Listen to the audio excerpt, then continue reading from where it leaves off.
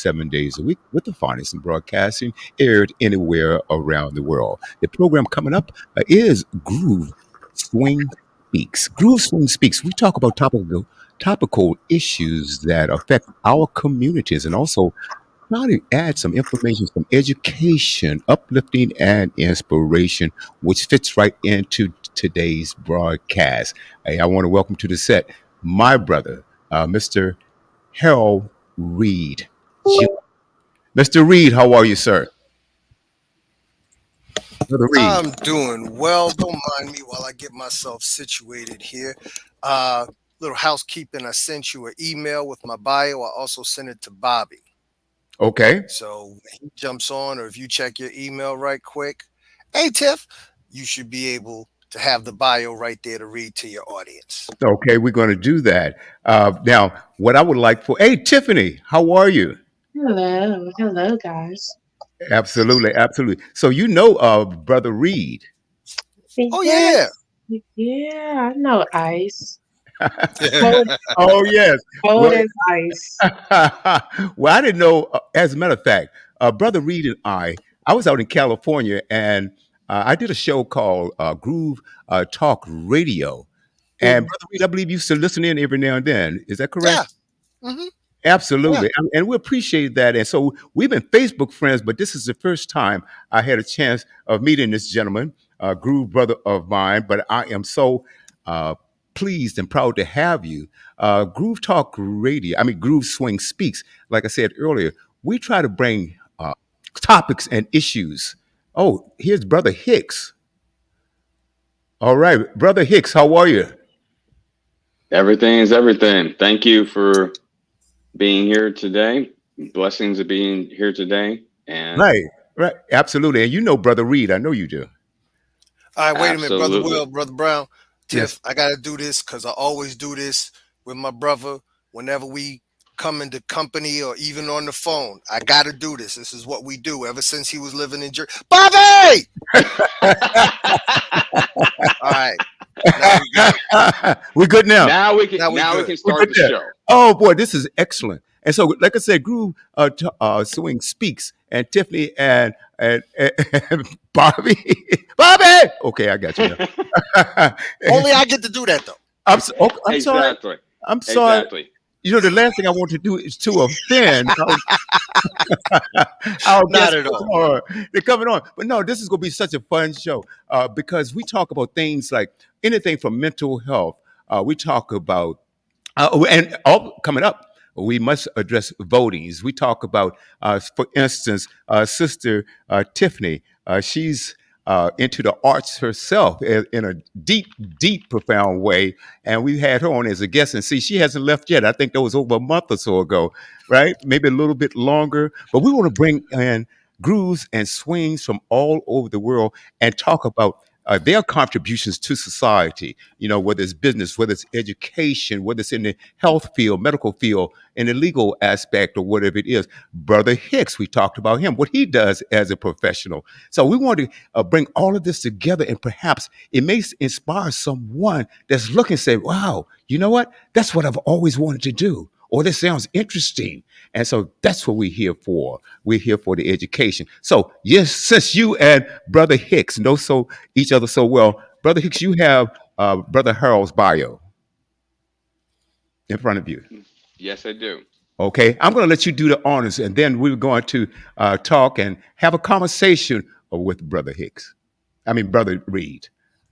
If you would do the honors, Brother Hicks. Absolutely. And first and foremost, I have to say the fellowman that I'm introducing right now really doesn't need an introduction because of everything that he has done within life itself, especially within the world of Groove Five Groove Social Fellowship Incorporated. But if you've never heard of him, let me give you and just do the honor of speaking about him. This is from Harold S. Reed Jr. He was born and raised in East Orange, New Jersey, briefly attended Rutgers University in Newark, New Jersey, before he enlisted himself as part of the U.S. Air Force. And we thank you for your service to our country, sir. He served as a medical service specialist during the Persian Gulf War, and after the war, a security force specialist until 1998. And during his service, he has been definitely a true man of his stature, upstanding felon, upstanding individual. In 1992, after his return, he pledged the mighty Groove Phi Groove Social Fellowship Incorporated, becoming a member of the fellowship through the Raider chapter, which is Rutgers, Newark, New Jersey. Afterwards, he decided to pursue a career in law enforcement and was later hired by the East Orange Police Department. 2 years later, he transferred to the Woodbridge Police Department, in which he retired in the year 2011 at the age of 40 years old. Not too many people say that they can retire at 40. This Felman did. In 2006, Felman Reed started a career in professional public speaking. A year later, he released his first of now 4 books, all in the self-help personal development space. In 2009, he received his certification as a professional life coach, really personal development coach, because he definitely takes the individual and develops them to become their best self. I can say that, and that'll be a little bit later on, but definitely to be able to develop somebody into where they should be and where they can be. He has basically successfully coached people from all ages and occupations, ranging from newly graduated college students to educators, entrepreneurs, human resources, and Fortune 500 business executives. So you know that if he deals with Fortune 500 business executives, you know he's the real deal. In 2013, Felman Reed returned to school. In 2014, he received his bachelor's degrees in social science from Thomas Edison State University in Trenton, New Jersey. For a lot of you who know Felman Reed, he is a second generation Groove. He is the son of the late Felman Howard S. Reed Sr., also known as Madman. He went over in spring 1968 at North Carolina A&T University, and basically he was one of the first lines to introduce into New Jersey in 1974 Newark State College, now known as Keene University. And one thing is basically when generations and generations of Groove continue onward, you know there's a lot of history to pass along. And that's definitely something I can say since I met both Madman and Iceman through my experiences. And I learned a lot through both of them. And that's definitely something I will treasure to this day. During Felman Howard Reed Jr.'s 31 years as a Groove, he has served as regional directors in a couple of regions, North Atlantic region and partially as New England region director. And basically, he was able to bring about the New Jersey graduate chapter as he aided the growth of Groove in the Garden State as being a catalyst for change in that state, in that chapter, and also just being a catalyst in the world of Groove, I would say. Not just in just being locally, but definitely around the world, as he has definitely been a factor wherever he works, wherever he serves. I definitely say that he is definitely a man who is definitely about change. He's also available to advise and mentor young Felman within Groove and sisters of the sophisticated Swing Phi Swing Social Fellowship Incorporated. In addition, he is also a husband, father, and owner of HRJR Peak Performance Services. And currently, right now, since 2019, he serves as our esteemed international parliamentarian. And I would definitely say this, that throughout the years of Groove, he has definitely encouraged a lot of fellowmen and has definitely encouraged a lot of sisters as well to be their very best. So I cannot say anything else. I would say I will introduce to you, and I give to you the entire world who's watching right now, the great and professional, and I would say the innovative Fellman Harold S. Reed Jr. All right, Brother Reed. I gotta clap for that. Thank you. The check's in the mail. The check's in the That, mail. that brother right there, man. I'm telling you. Craig, what up, homie? What's up, my brother? How you feeling, Harold? It's been a minute and a month of Sundays, brother. Yes, sir. Yes, sir.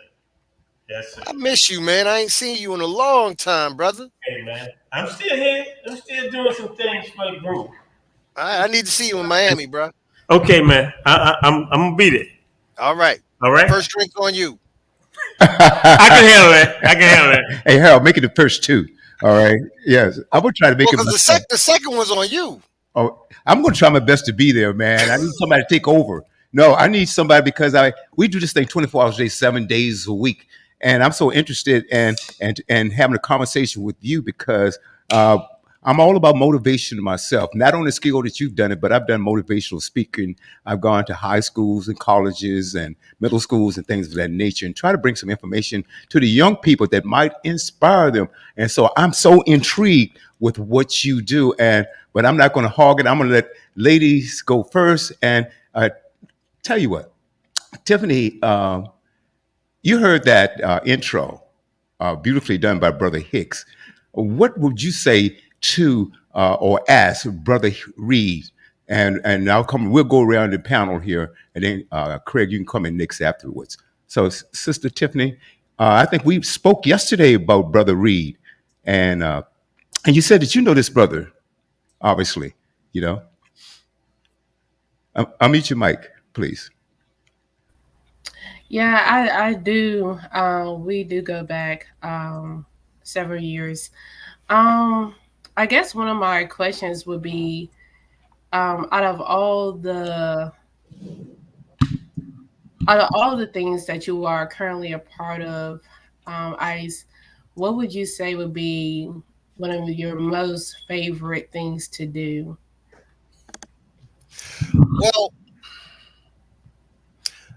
Well, favorite thing is being a dad. There's no better job than that. There's no better job on earth than being a dad and building somebody, from scratch, literally. But beyond that, out of everything that was read, what wasn't in my bio, because I wanted it to be all on one page, I'm also a Prince Hall Freemason, and I enjoy the work that we do with the community there. But I'd have to say Groove is my heart. I've been a Groove longer than anything else other than alive. A lot of the life lessons that I've learned, a lot of the things that I've experienced that's made me the man that I am, I learned either part or in whole as a Groove. Sweet. That's one of my questions. I ain't gonna hog my time up. I'm gonna let the brothers do their thing. Okay, Tiff. All you have is one question? You got a brother like Reed? I have several questions, but I'm gonna you know what I'm saying? I'm gonna let pace them out. All right, pace him out because this brother brings fire. He's got a lot of history. Oh, I know. Okay. And I got much respect for this brother. Much respect. So, Reed, how you been, my brother? Hey, man, I'm like Jill Scott without the weight. I'm living my life like it's golden. All right. That's quote that. You all can take some notes. Take some notes on that one, Robert. That's just $19.62 worth. So Reed, we're gonna let you that's go probably ahead. $62 worth right there. I got that. So Reed, we're gonna let you go ahead and start your little spiel you want to give, and gonna give you a lot of this platform today, man, because you have so much to offer, and we've been expecting this for some time. So we've been all looking forward to it. So Well, the I, floor is I yours. I really don't have a spiel. I'm not necessarily actively selling anything, although you could go to my website, which is right up there. You can see it on my screen. Okay. And you can hit my website up, go to the shop section. There's books galore there. All four of my books are there. Some of them are available in audio. Um, if you want to get an audio copy, reach out to me first. My email is up there as well, so I can let you know if I have copies or if I have to make copies, because I don't want anybody sending me any money and I don't have copies on hand. Print, I have on hand. Audio, not so much at this moment. So you have to contact me directly. And anybody who's contacting me as a result of watching this show, I might take off a buck or two. Don't quote me on that just yet. We'll see how this show rolls out. Don't nobody make me mad before we. No, I'm just joking. Now I'm here pretty much to be a vessel. My superpower is coaching. I started my entrepreneurial journey as a speaker and was doing that rather well over the years. But a couple of years ago, I invested in some really hardcore professional training. I spent a year working with a man by the name of Dr. Delatoro McNeil II. This brother is phenomenal. I'm conflicted in sharing his name because I really want to keep him to myself. No, because this man's time is not to be wasted, and I don't want to just throw his name out there and then people just start trying to hit him up and thinking they could do what I do just because they know him. And you have to really put in the time and, yes, damn it, the money to sit and work with this man. And through my working with him, I discovered that as well as I speak, my true superpower lies in coaching. So I prefer to be a vessel. I want, like, hit me up with a problem that you're going through. Let me know. Get to the people in the chat to get interested and start talking, and give me something that I can answer. Let me help you solve a problem. Because I will say this, one thing I discovered early in my life is that what fulfills me the most is living a life of service. I realized that I served my country. I don't know if it necessarily deserved it, but I served my country, in the Air Force. I've served the communities in which I lived. When I was working with the East Orange Police Department, I lived in East Orange, as was said, born and raised. Not too long after I moved to Woodbridge, I transferred to the Woodbridge Police Department, where I currently live for the time being. And wherever Groove is, we serve. So I put all of that together and just doing what I set out to do when I set out to live a life beyond punching the clock and having to ask somebody else for permission if I want to go on vacation or something like that. When I started my entrepreneurial journey, I realized that too lay in service. So how can I serve you and your listeners? Absolutely. Brother Reed, I got a question. And I'm looking at you, like I said, Robert read your resume and it's quite extensive. And I find some things in it that's quite admirable because you chose in your very early parts of your career, chose a career of service. Like you said, you served in the Air Force. Did I? Yes. I'm correct about that. Well, my Yes. brother Clayton, he was also 24 years in the Air Force. He's not here tonight. He had a medical procedure today. So, man, I know he wanted to be here. I thank him for his service, and may God be with him while he's going through what he's going through. Absolutely, absolutely. So he will be here in studio along with Craig and I. So a few things I wanted to ask. Why did you choose to go, number one, go into the Air Force? Is that something that has always been on your mind? You wanted to serve, and then later on going into law enforcement. So I have a few questions about that. What was the motivation behind you going into the Air Force? I didn't want to be in college. I didn't want to be in school. And for the younger listeners, I want you to pay very close attention to this. I made the dumbass decision to leave school because I didn't want to sit in a classroom. And I enlisted in the Air Force. Of all the branches that I could have enlisted in, I enlisted in the Air Force, where I found myself In a classroom. in a classroom. I jokingly share with brothers, and the first time I said this to anyone, it was to our national president, Ahmad McDougal, because we hang out sometimes. I said, I never actually went to an HBCU, but the Air Force was my HBCU, because when I wasn't in those classrooms, all of us brothers and sisters from all over the country, we all hung out together. And none of us had letters, so none of us were affiliated with any fraternities or sororities or anything, right? But we were just us. So I was in the college age, sitting in classroom, and the Air Force is where I learned how to play spades. So the Air Force was my HBCU. I don't care what nobody got to say about it. I got it. Yeah, you had to learn there. Absolutely. But now, no, to answer it, but go on. this was very special about this question, because it was actually the very first. How many of you can actually remember the very first adult decision you made? I'm not talking about to get freaky with your boyfriend or girlfriend when you was in school. I'm not talking about that kind of adult. I'm talking about a real grown man, grown woman decision.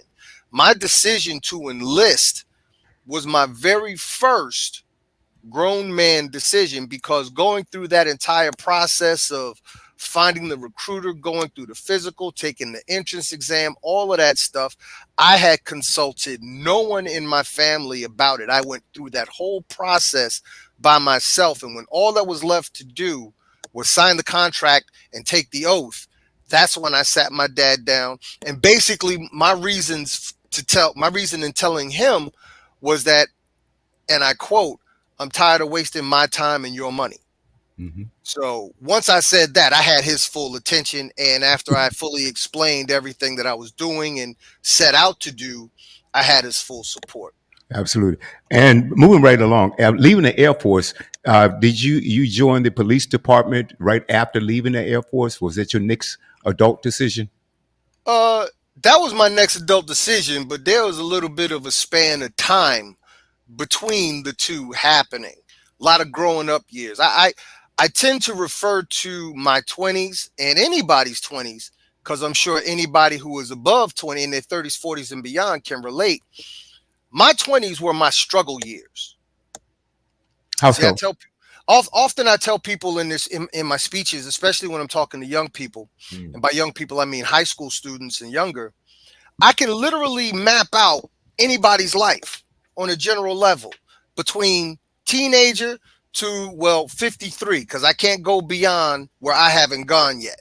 So let me break it down for you. When we're in our 20s, first of all, when we are in our teens, we think we know everything. Our parents don't know nothing what's going on. Our parents are out of touch. They don't know nothing. We think we know everything.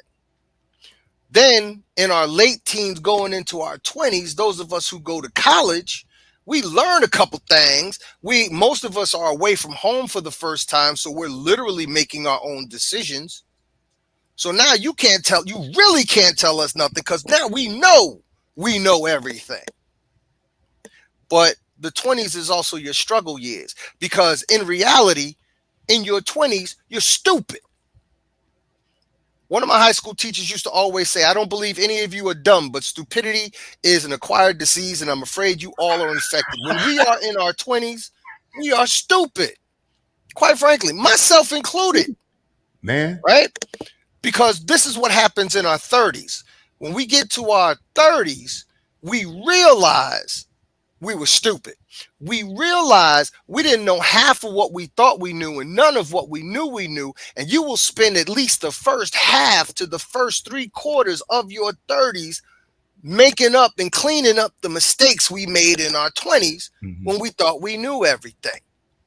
So hopefully we didn't make too many mistakes, didn't jack up our credit too bad. So in our mid 30s, going into our 40s, That's when we start settling down. The careers hopefully done measured out right. We're doing some good work, making some decent money. That's when all your friends start getting married. So now you start wondering when you were gonna get married. I got married when I was 30. Um, but then when you hit your 40s, you get good in your 40s. And you think, okay, I done got my bills paid. All I got to worry about is this mortgage and a couple credit cards and the car note, but I'm good. I'm coasting. Everything's taken care of. I could breathe a little easier right now. But here's the problem. Most of us, by the time we get into our 40s, we made these little mini me's who are now in their teens or approaching their teens, who now think they know everything. And now we're the ones who are out of touch. We're the ones who don't know anything, even though we had all this experience. Now we got to deal with these little mini me's that we made. And that's when life really sets in. So never mind what you saw in The Lion King. That right there is the real circle of life right then and there. Question. Now, going into law enforcement, you hear a lot about bad cops, corrupt cops, and and you have some corrupt cops, black, white, Chinese, the law enforcement in this country. You've got great cops. Let's talk about you policing a little bit, and especially in your career, I'm sure that you run across young people who thought they knew everything or made some real bad decisions, or got themselves in some things that they shouldn't have. The mom and dad said, "Don't do it." They, hey, look, I know more than you do. I get into it anyway. How did you approach policing when you came across these young people? Did you throw them on the ground, put your knee on the neck, or did you say, "Look, young man, let me talk to you a little bit. Now, whatever my job entails, I'm going to have to do it, but I'm going to give you some advice going forward in life." How did you approach policing? I always believed early on in my career, there are three kinds of cops. You have the Cape Crusader. This is the Chuck Norris dude. This is the Walker Texas Ranger dude. His whole life lives, everything revolves around going out, hitting the streets, and locking everybody up. And yet, that's the Cape Crusader. Then there's just the Crusader on the other end of the spectrum. This is the cop that believes everybody deserves a chance. They're really not bad people. Everyone, you should just talk to them and understand that they're human beings with feelings too. Then there's the wise cop. The wise cop, the seasoned cop, is the one who sits right there in the middle between the Cape Crusader and the Crusader. The wise cop, the seasoned cop, the one I chose to be, is the one that will handle every situation as it presents itself, but the other person or the other people will determine how I come across. If you come across in me all rowdy and rah rah rah, now I'm not going to immediately respond with the rowdiness and rah rah, but if it needs to go there in order for me to affect my job, then that's what's going to have to happen. Something I used to say to dudes, I guess you could call it my little way of the Jedi mind trick. I'm a relatively sizable dude. I'm not as big as I was when I was on the job. When I was on the job, I was almost 300 pounds. And you add on top of that the body armor and the belt and the gun and the radio and the cuffs and the baton and the spray. And I didn't have tasers. We didn't have tasers when His mic went out. Yeah, your mic went out, brother. Can you hear me now? Yes. Okay, sorry, but I tapped the mic by mistake. So being a sizable guy, I really didn't get a lot of people trying to test me. In fact, when I showed up, here's the thing. When I was in Woodbridge, out of a department of over 200 cops, there were only 5 black cops. And to this day in my town, there remains not to be a sister employed as a police officer. Wow. So when I tend to show up on the scene, and I'm not jumping out the car, let's go do it. No, I just step out the car and, there's a thing we have called constructive authority, which is just your presence alone. My size alone would show up on the scene, and sometimes people would settle down and simmer down or whatever. But if anybody ever really wanted to get up in my face, I'd simply say, listen, all we need you to do is just leave, go about your business. But if you think you want to put your hands on me, Ooh. I can guarantee you, if you do not kill me, you will end up in a hospital bed before a jail cell, at which time your life is worth nothing to me but overtime and paperwork. So if you really want to hurt me, go on about your business and don't let me make no money off of you. Mhm. Absolutely, absolutely. I can certainly appreciate what you said, and it's well respected. You know, like you said, you have some of these cats that think they know more, and they could have been in their 20s or whatever it is, and say, oh, "Hey, pig," "Hey, look, dude," and they want to intimidate you for whatever reason, and it's real, real stupid. Now, of course, as you say, you get a bit older. Hey, I made a mistake. Let me take care of that and not do that again. But let Right. me tell you, now, did you have, now talk to us about perhaps some conversations you may have had with some young people that you saw going in the wrong way and some things that you did. And later on, you found out that they did turn their lives around. You have stories like that? Oh, absolutely. Please. See, my job, we had a wonderful work schedule. We worked 4 days on, 4 days off. Hmm. All right.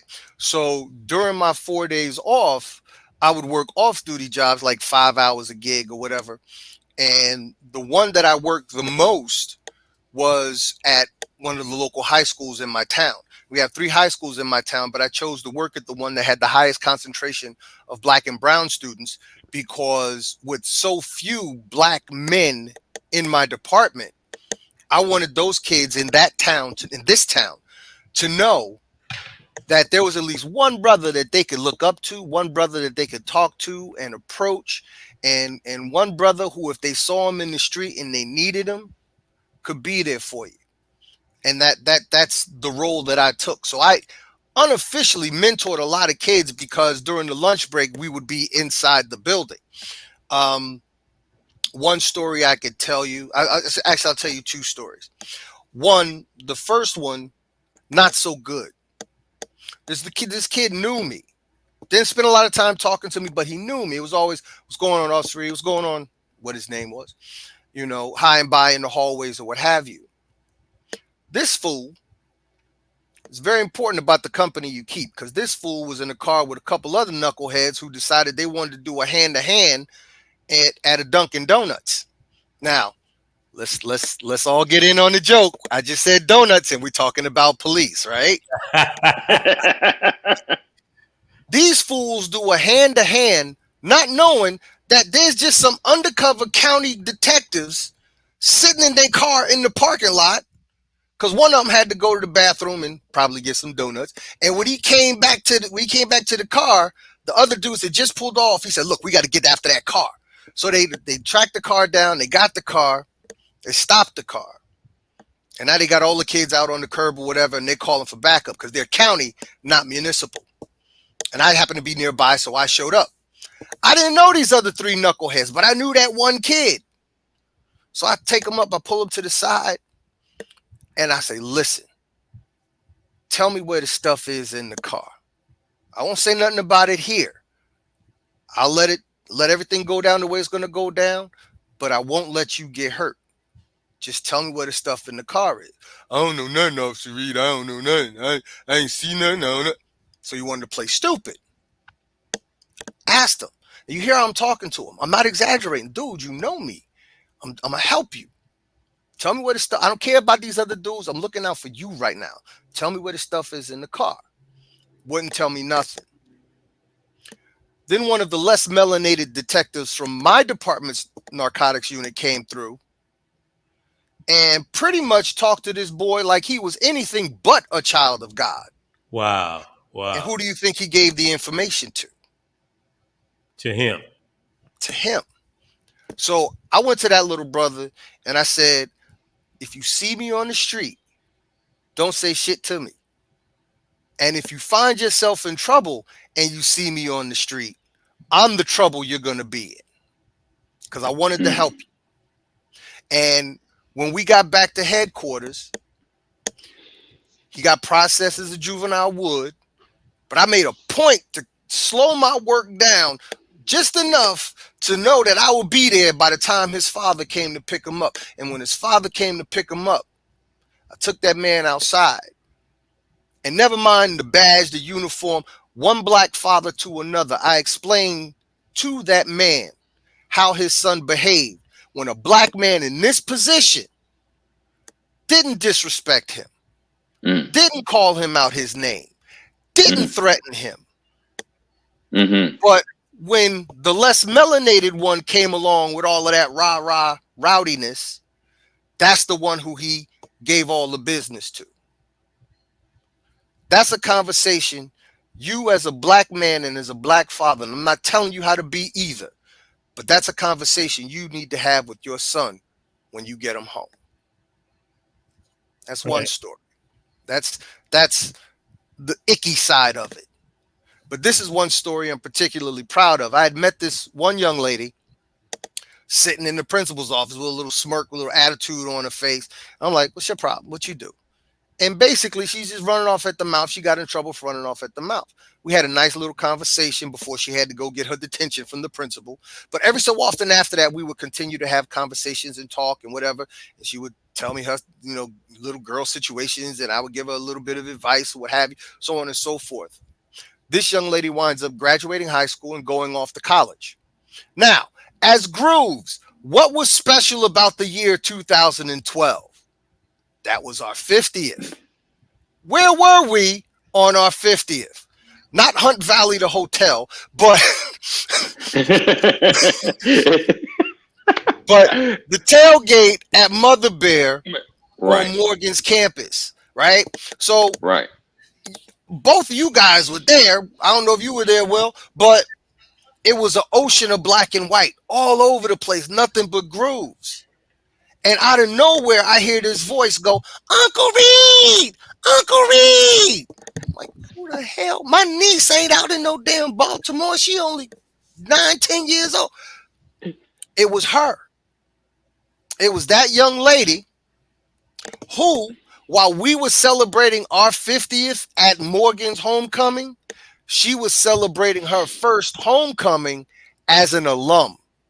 Wow. Because she had graduated from Morgan that year. Wow. And she's told me this time and time again, and her parents have told me this. That's the other thing. These kids that I mentored when I was working at that high school, I didn't just know the kids.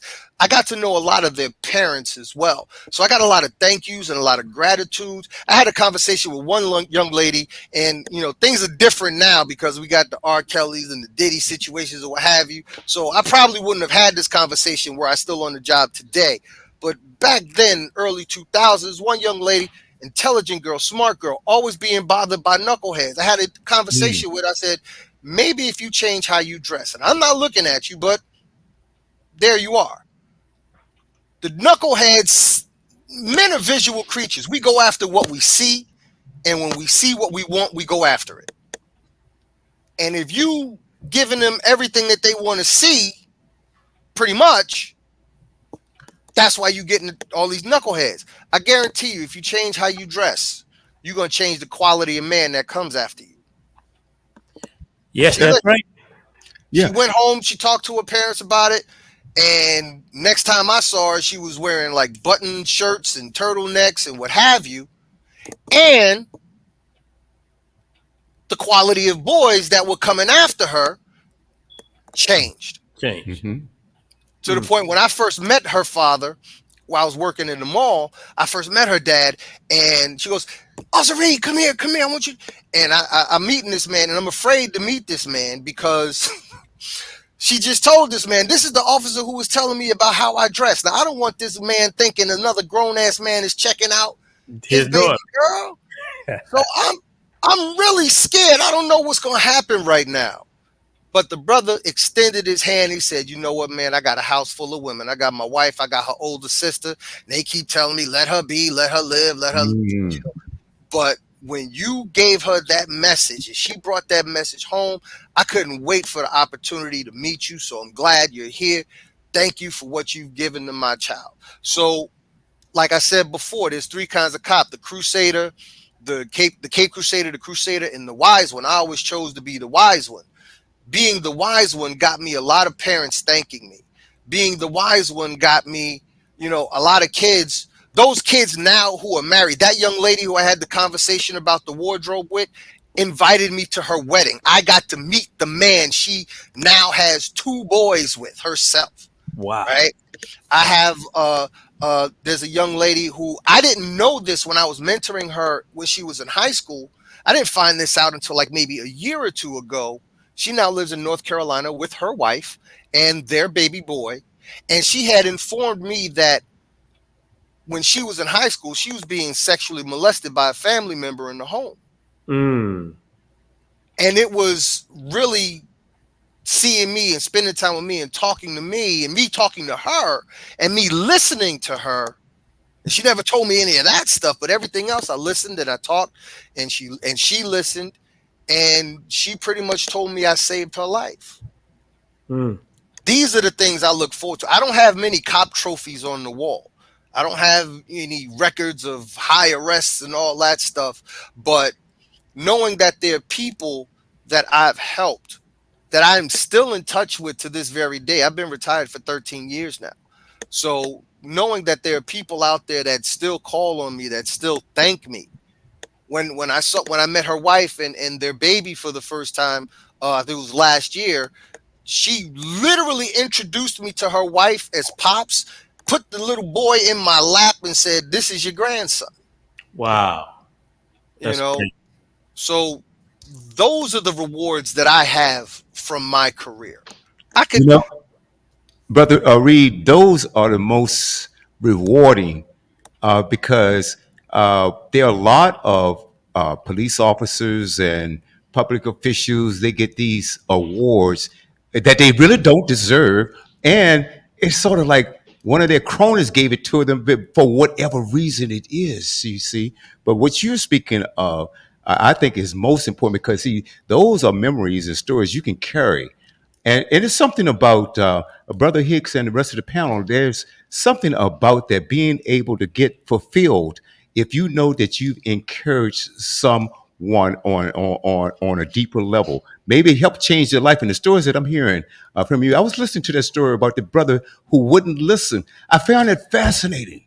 You've got a brother that's talking to you and giving you respect, yet and asking you, say, "Look, brother, I can help you." Yet he gonna give it with somebody that demeans him. I'm trying to think of the mentality there. Was it that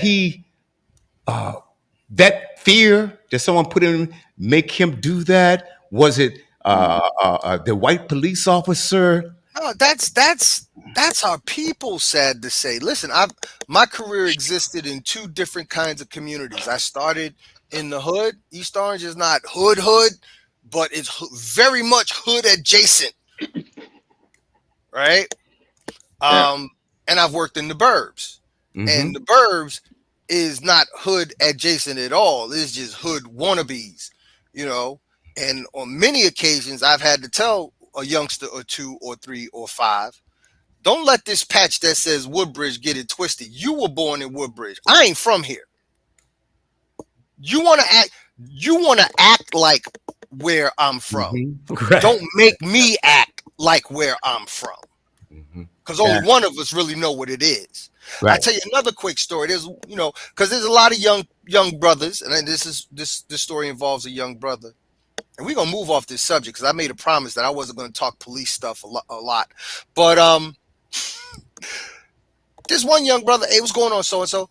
He was like, "Oh, so I again, I address you with respect, and your response is Hmm. the side eye. All right, cool, be good." Ironically, a few days later, I was assigned to do a prisoner transport, take somebody from our jail cell up the county, down the county. So I get to county, and I hated doing prisoner transports because I don't want to have nothing to do with a correctional facility. I don't want to be in one. I don't want to see one.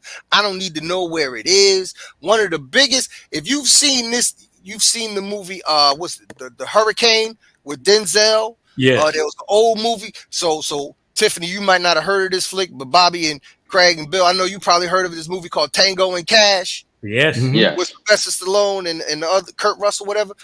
These movies were filmed in part at a place called then Rahway State Prison. Now it's East Jersey State Prison. That prison is 5 minutes away from me. I don't need to know that. I don't want nothing to do with a correctional facility. But anyway, I'm going inside, dropping off this prisoner, and over here, over far off to the side, I can see inside their little holding tank. And who's in that holding tank? But that young brother, Officer Reed, Officer Reed. Mm. Oh, he's looking at you now, right? He's Wow. calling me. He's calling me by name now. Wow. Wow. And it took everything in me to remain professional and not give his little snotty ass the middle finger. Wow. Because Right. Bobby and Tiffany could tell you, and if Craig will reflect back on the Groovers USA days, I am that petty. Ooh. Oh yeah. Oh, For those of you who probably, I'll probably just give a brief overview of basically the idea of what specifically the idea of Groovers USA. It was kind of a platform for Feldman to be Bobby able created to that. right to talk, basically, but it also became aspect of basically allowing people to voice their opinions, to be able to build up Groove as a whole. I'll leave it at that. It was a chat room before chat rooms were invented. It was like one of There the you first go. chat rooms, community bulletin boards, that type of situation. Shout out to MIT brothers. Shout out to the engineer chapter, boy. We're making history up in Groove up in this that's piece. right. That's right, man. I was so Absolutely. proud when we had that MIT chapter. And nobody was more enthused than bless his soul, rest in peace. Now John Moore, man, called him Shaft, man. He was, Shaft. yeah, Mhm. he was elated. But Reed, getting back to you, man, I'm gonna get off the police stuff. And you know, I've been out of the organization for a while. You've been out of thought I'd pocket get a minute. Hey, man, I did so much work for Groove. I feel like What? You earned a break. You earned a break. if Yes, if it I did. didn't do It enough, I did a lot more than some brothers that doing work right now. No, I learned a lot from you in my early my growing years. You know, all the battles I had with past presidents or what have you, I could always count on you to kind of pull me to the side and say, you might want to calm down on this, or let me give you some insight. So let me say what I have not been able to say for however many years that you've been out of pocket, living your life. I love you and I thank you. And I applaud you because you too are history in Groove, because you are our very first executive director. Thank you, brother. Thank you. So I give you your flowers while I can, and Thank while you, you're brother. still here to receive them. You may not have said that if you would have seen me at the regional meeting this past weekend. Did you show off again? No, Craig? man, I just told these young boys, man. If you Well, want on the agenda, I was there, and basically he just addressed his concerns, and it was the concerns that we felt that were necessary to talk about, and we move forward with it. there you go. That's what I There you say. go. Well, you know, seriously, as men, we should be able to have a conversation. And I think the problem is that we do not, we may point the finger or yell at one another, but let's sit down and have a conversation. And let's come back with what makes sense and what doesn't. I want to ask, I want to get back to. We got to get Tiffany involved back. Well, Tiffany can, Tiffany, mute your mic. Tiffany, you want to join in? Craig. Okay, let me handle this. All right. I'm the co-host. No, you're a panelist. Oh, now you changed my title. Okay. I'm a co-panelist. I didn't look at it just now. Okay, yeah, I am a panelist. Well, we're all panelists here. Okay. I took the title of co-host and host because, sister Latoya Yvette, she has a family situation she's dealing with. That's why she isn't here tonight. But we started off with Latoya and I as being hosts and co-hosts. But I look at Brother Hicks and Brother Craig. We rib each other a lot. But, you know, he deserves it. He definitely deserves it. And then Brother Clayton comes on. Mark Daniels. Mark might join us shortly. And Tiffany, she's been with us forever. But I do have to take a time, Harold, to acknowledge a sister that's been working diligently rather behind the scenes, and that's my sister Rock down at Raleigh Grad chapter, and she's Rock, been how scheduling. crazy, man. That's my girl. Rock is my girl. I love Rock. I love me some Rock. I've been trying to That's, get Rock to come on behind the mic, and she refused. She says, "Look, brother, I will work behind the scenes, man, let me and I have a will conversation. I'm gonna have a conversation with Rock. I'm please." gonna get Rock on because her crazy behind need to be on this damn show. Yeah, I'm gonna have a conversation with Rock. We gonna straighten that out. We gonna have a deuce to Okay, deuce conversation. We gonna straighten that out. Please do. can you do that for me, brother I Reed? got you. Because, thank you, brother. And then you've got to come on with her too, okay? No problem. Okay, I want to take a break because and just drop a dime for this radio station here. And Brother Hicks, he listens to us all the time. He listens to all the shows. We're on 24 hours a day, 7 days a week, and we bring you programming just like this. Maybe bring some information that you're unaware of. Maybe give an idea and inspire and educate. We also do a lot of music. We have talk, sports, comedy, entertainment, and a whole lot more. This program right now is being aired on YouTube. Go to Studio W, The Buzz. Studio W, The Buzz. And I like for you and asking that you subscribe, leave a comment, support this broadcast, folks. There aren't many programs out like this, because a lot of what do you see on the news? What do you see on TV? Either it's music, you have sports, and then you have a lot of negativity, especially when you're talking about our communities, which offends me highly because we have great brothers like Brother Reed, Brother Hicks, Sister Tiffany, Craig, my brother Clayton, Mark Daniels, and so forth, man. And like I said, Sister Rock, she's behind the scenes. So, Brother Harold, I'm counting on you to do that. I want to move on and ask you some questions. Brother Hicks came up a couple of weeks ago with this subject about DEI. And there's a huge fight that's counterproductive to the advances, and they want to cut it all out. And I know that this is a direct move. It's a direct hit, just like everything else. Just like you have gerrymandering, okay, and all these other things. They want to remove this. I want you to speak on that, if you will. And do you go out and do you give talks on this, on DEI? I know you've worked with some Fortune 500 companies. Are you involved with programs that's an advocate for DEI and like programs? I am not, and that is not particularly the area that I deal with when I do speak. I do have close friends and colleagues. I mentioned my mentor earlier, and through working with him, I have in my cohort several people who like their lives are DEI. We have a sister, Shamika Austin. We call her Shay. She's here in Jersey. I believe that she is knee deep in the DEI space. Um, I personally have no issues with DEI. However, I am somewhat of a literal person when it comes to certain things to a great extent. And DEI standing for diversity, equity, and inclusion, these things on their face shouldn't be a source of any contention. Hmm. How can and when we talk about where the contention comes from, about 11 times out of 10 it's coming from non-melanated people. That's right. Correct. I choose to, like, you, Bobby will tell you, Tiffany will tell you, Craig will reflect back on the Groovers USA days. I have no problem fully speaking my mind, but I'm going to respect your platform, and some of my terminology may be somewhat buffered. So when I say non-melanated people, Yeah. We got you. We got you. I see. Yeah, I see your eyeballs. Yeah, Body yeah. language says a lot, brother.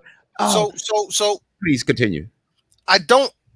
There's only one reason why you would have a problem with diversity. Hmm. You want everybody in your space to look like you. If you have a problem with diversity, that tells me you want everybody in your space to look like you. And if I don't look like you, then never mind. See, I told you. I'm gonna get to the edge, but I'm not gonna jump across. I'm not gonna jump off. But so if you have a problem, equity is having a fair share. Everybody has a fair share in what's going on. Come on now. If you don't want me to have a fair share in what's going on, you obviously don't want me to have more than you, and you damn sure don't want me to have as much as you. That's it. So also, right? Inclusion. He bought props too. It's just an envelope. This is, I know. Yeah, but I see it. But it has a purpose. It serves a dual purpose, right? So now we get to the inclusion piece. Now, in overall conversation, the inclusion piece, I guess, in conversation is geared towards the LGBT LMNOP community, right? No, because before there was worrying about those people, none of us with these complexions were worth being included or considered to be included in what was going on. So if you look at all of the problems that people have with diversity, equity, and inclusion, and this is just my opinion, please don't bet your life on my opinion. Please don't bet your life on my opinion, because my opinion can change. My opinion, if the argument is valid enough, can be swayed. Not in this particular point, because I got you. That's where the problems come with DEI, right? I think there should be DEI, but here's the real issue. These people who have a problem with DEI also want to claim they're not discriminatory. They want to claim they're not bigoted. They want to claim they're not racist. They want to claim they're not xenophobic. But when you oppose DEI, you oppose those people, and you do come across as bigoted. You do come across as racist. You do come across as xenophobic. Notice the one word I did not use was prejudice. The reason why I did not use that word is because I will admit to you on your platform for the world to see, in my own way, in each of our own ways, we are all prejudiced. We all have prejudices. Now, at the risk of sounding cliche, I will say I have white friends. Mm-hmm. My best man was an Italian dude. My best man, the first person to hold my firstborn son outside my family, my white best friend since high school, who is now on what we would call a state-sponsored vacation. And when he passed away, for his friendship, all his friendship that he's shown to me over the years, the last 3 years of his mother's life, I was taking care of her.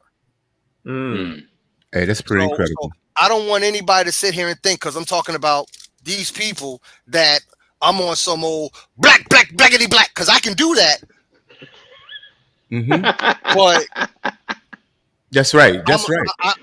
I believe above all else in humanity. So when you come to me as you are, and like Dr. Maya Angelou said, when you show me who you are, I'm gonna believe you the first time. That's right. So anybody that has a problem with DEI also has a problem with me. And I'm not in the alphabet community. I have friends. We have brothers and sisters who are in that community. We love and support them, and we want what's best for them. So anybody got a problem with DEI, we can step outside. You know what I'm saying? No, I'm joking. You said 300 plus pounds. They don't want to do that. No. Oh no, well, that was when I was on the job. I'm retired now. I'm sexy slim now. I'm down to 265 right now. I'm trying to bring it down to like about 230 when we get to Miami. But we'll talk about that another time. You know, and you said a mouthful, because there are bad people across the spectrum. I mean, I don't care what ethnicity. It doesn't matter. You know, as a matter of fact, one of my best friends, He's a white dude. I'm just gonna say it. He's a white dude, and he's a co-host on two of my shows. We do a show called Mad Mike and Wild Will, coast to coast, and he's a cowboy. He has a ranch, and he said he's a self-proclaimed a self redneck. What is A self-read. Self-proclaimed. proclaimed? That's the word I'm Self-proclaimed. looking for. A self-proclaimed redneck. Mm. But you know, one of the best cats I've ever met in my life. One of the best cats. He's a good dude, folks. That's how I think we should judge everyone. And but this thing with, like you said, brother Reed, people who deny DEI, that tells you in a nutshell, because everyone should want diversity. Everyone should want equality. Everyone should want inclusion. But you summed it up so professionally, and that is, if you don't want me to have diversity, equity, and inclusion, that tells me who you are. I don't care if you get on some bully pulpit, if you get on Fox or get on one of these white right wing platforms and say, no, no, no, no, that's not what I mean. Because racism is over. Okay, why do we need this program? Hey, we all know that that's a lie. We all know that. And so if it's over, leave those programs in place, because there's some people that happen not to be educated. Or Well, I'm gonna disagree with you right there. Not to disagree and say that you're wrong. I'm gonna say I disagree because I have a different viewpoint. I want to be clear on okay, that. that's fine, and it's fair. One of the things we have to come to terms with as a people is we can disagree, and that doesn't necessarily mean that either person is wrong. It's just a matter of having a different viewpoint. Well taken. So it was something you just said, and I just lost it. Can you remember? Do you remember what you just said? He old. He can't remember. Not if you're gonna disagree. He old. No. No, Like I said, it's just a different viewpoint, but I don't want to misspeak in terms of misrepresenting what you said. I'm trying to remember, brother, because sometimes I have to slow down a little bit, because I have to speak a little rapidly sometimes. And I'm trying to think Right. that. And so I did say, if you are against DEI, Right. I got it. So thank you. Mm. That was a little kickstart that I needed. Right. okay, go on. If racism were really over, we wouldn't need these programs in the first place. If racism yes. did not exist, we wouldn't need these programs in the first place. Mhm. So you can't tell me that there's no racism, so we don't need affirmative action. You can't tell me there's no racism, there's no xenophobia, there's no just the bigotry, so we don't need DEI. It is because racism is in the DNA of this country. Historically, this nation was built as a superpower for several centuries. Couldn't agree more. Not a couple Yes. years, not a few weeks, damn near half a millennia, damn near 3/4 of a millennia was built on the backs of stolen people on stolen land. Now, if you happen to be amongst those who had a part in that, Tell the truth. Tell and the that truth. makes you feel bad, oh well, boo effing who for you. That's right. Come on.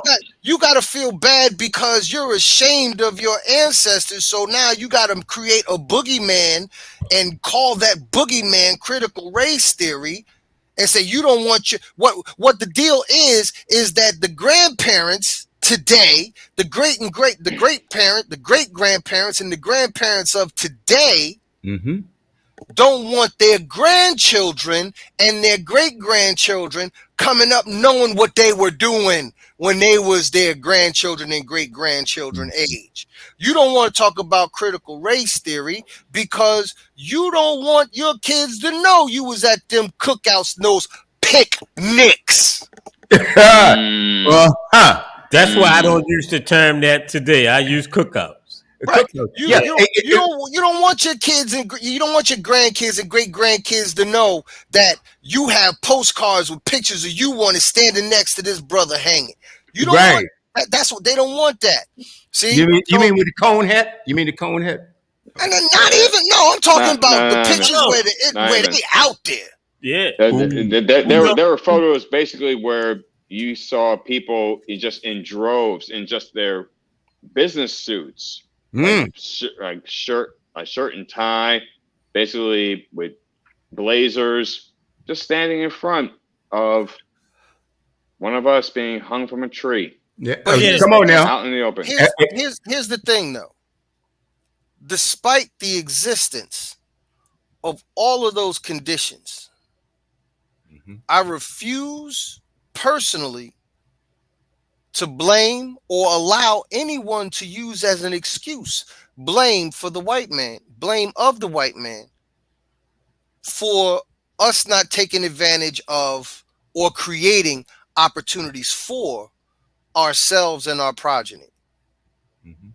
There is just enough freedom in this country for us as people of color to exceed, excel, and create sustainable. I don't like the term generational wealth because it's too much of a catchphrase and a buzzword right now. So I Mhm. prefer the creation of sustainable wealth Okay. That's right. over for our progeny. I know that's the SAT word, progeny, look it up, but those are the ones who we leave behind. That's right. When That's right. when I became a father, I realized I appreciated my father more. I appreciate when I became a father. When I became a husband, I appreciated my grandfather more because my mother and my father divorced when I was very young. I Mhm. can honestly say I literally only have one memory of the three of us in a happy time in a happy place, and I was probably 3 or 4 years old at the time. Okay. So when I became a husband, I appreciated my grandfather more because he was my example. I lived with my father and my grandparents since the age of 10. And my grandfather was a prime example of how a man treats his woman. Mhm. Hmm. My father was a prime example of how we should live with honor and integrity. And you don't always have to have everybody agree with you. And sometimes it's lonely, sometimes it's uncomfortable, but none of that stuff stands in the way. None of that stuff, not the white man, not this person, not that person. We have to find it within ourselves to find a void and fill a void. That is the secret to entrepreneurism. Finding a void and filling a void. That's And it. yes, there will be obstacles. There will be white people who will not like you. There will be people who will not like you. Mhm. See? So when I put myself in a position where I'm not concerned about white people, I'm concerned about people. I'm not leery of just white people. I'm leery of everybody. So that's what my former professor taught me. That's right. Because here's the thing. Throughout the course of my career, as short as it was, I worked in the hood and I worked in the burbs. And in both communities, the people who gave me the hardest time were my own. Wow. That statement I can there. certainly understand that. Brother Reed, I don't see where we disagree at all. I agree. Again, like I said I didn't want to like say disagree in It's the sense okay. that you were wrong, but I just had a different viewpoint from where you were going because I believe what you had said was Okay. if there was no race, because if there was no racism, that's why we need. No. No, no. We need these things, and I'm glad we see each other different. See, this is what I'm talking about. Two different opinions, when conversed about calmly and rationally, you can find common ground. Absolutely. Correct. Absolutely. Yeah. And I find this conversation is self-inspiring because no, how many conversations you turn on any radio station or TV station, and they aren't having serious conversations about this, intelligent conversations about this, and we can all learn from what we're doing here. And I want to move on to something else here, and then we can jump with the rest of the panelists can jump in after. When you're giving your speeches, okay, you are your public speaking. Now, let me ask you. Now, we already know that you speak to corporations. Now, do you also speak to college and high school and middle school children? I speak to anybody who gonna pay me. Okay. Now, the what I'm getting to right now, when you get up there to inspire, how do you go about the process? You say, okay, I'm going to speak to this on this college campus. What is the process you go through? And how do you come about picking the topic that you want to speak on? And how do you feel out the audience? Sometimes as a speaker, sometimes we got to switch gears a little bit. Tell you a real quick story. I was invited to speak at a high school graduating class, and there were about 500 students, and it was a somewhat of a diverse class. Okay, predominantly white. We had Hispanics. We had black. We had it was, like I said, it was diverse. Okay. However, I was speaking. I was the last one up, and and one of the students uh, heckled me. I mean, this cat. And so I said, "Oh, hey, young man. So you're probably not going to graduate, huh?" And so I shouldn't have. I should and I shouldn't have said that because the whole class turned on me. Boo! Because I had retaliated or going back on one of their own. And I'm thinking as a speaker, I said, okay, I can't bomb. I came here to give a point, and to provide information and hopefully encourage. But I had to get rid of this brat, and so I was booed at that time, and I had to think, how do I turn this around? How do I turn this around? Okay, and by the end of my speech, I got a standing ovation. Have you tell us about your experiences? How do you prepare? And have you had hecklers or distractors while you were speaking? And how did you handle it? Well, the reason why I was laughing as you were originally posing your first line of questions, I was laughing because I'm actually in the process of putting the finishing touches on a speech that I will be delivering next weekend at West Virginia State University. Our Yellow Jacket chapter is celebrating their 50th anniversary. And I was referred to that chapter by our international president, Ahmad McDougall, as a speaker to deliver their keynote address. So in my preparation process, the most important question you have to ask the event planner or the person that's contracting you to deliver a speech is, what do you want me to say? What is the message you want me to give your organization? Mm-hmm. In this particular case, with West Virginia State, the brothers said they want me to focus on youth development.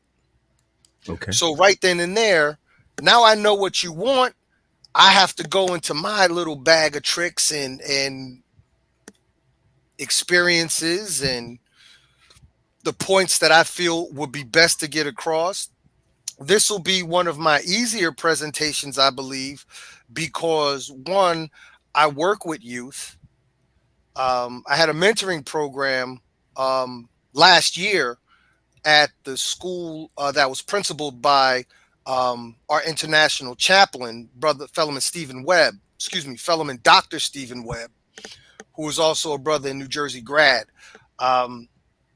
I had a mentoring program with his students and his school. Well, he's at another school now, but that particular school dealt with the knuckleheads, quite frankly.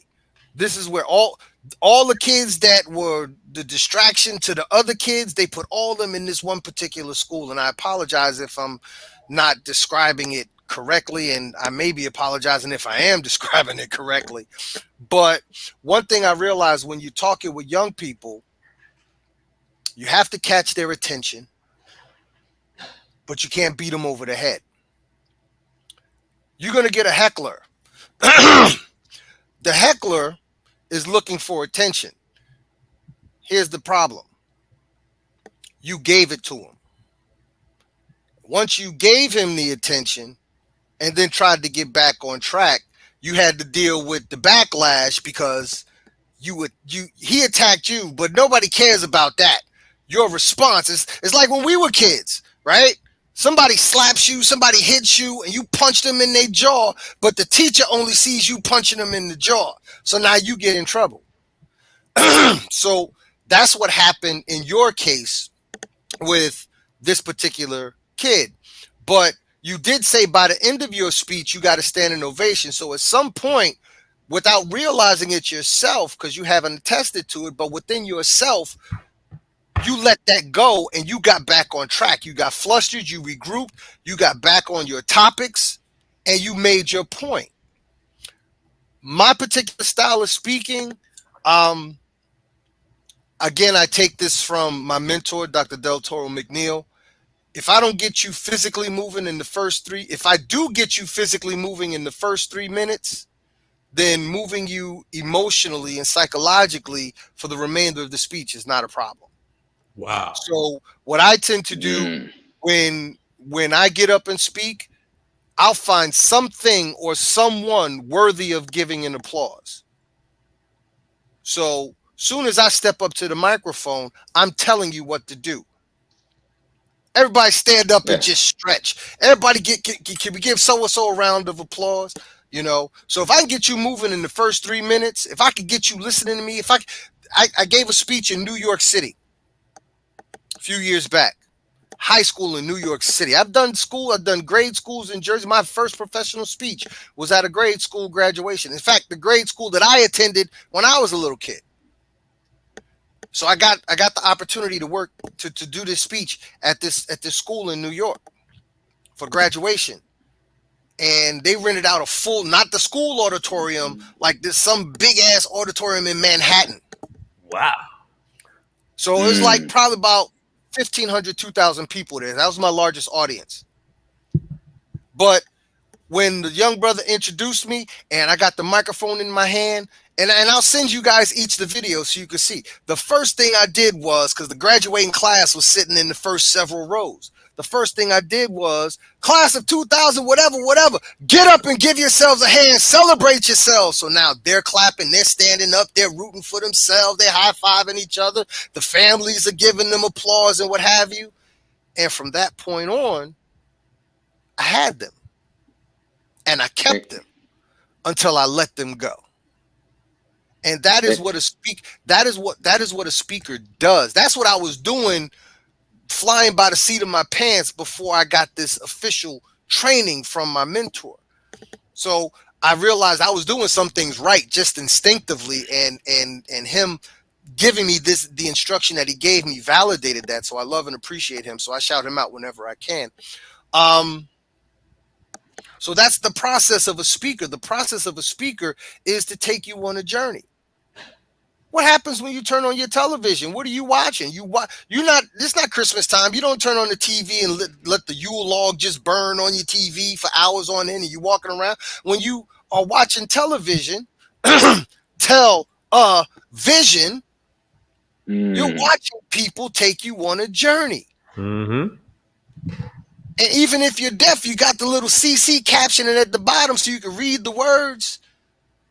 Sometimes you have the people doing the signs, provided they know what they're doing, because we've had a couple events over the years where they had these sign language people. Pastors do that. A lot of pastors do that, but that's what was it, Nelson Mandela's funeral when they had somebody was over here just doing this? But no, a speaker takes you on a journey, so you have to be prepared. And we all know our 7 Ps. I live by my 7 Ps. Right? Proper pre-planning prevents piss poor performance. It's not a secret. It's a business tool. That's right. That's right. And you know what I want to ask? I know we're going to get Tiffany in here. Okay, Tiffany, we need you. I'm sure you got a lot to say.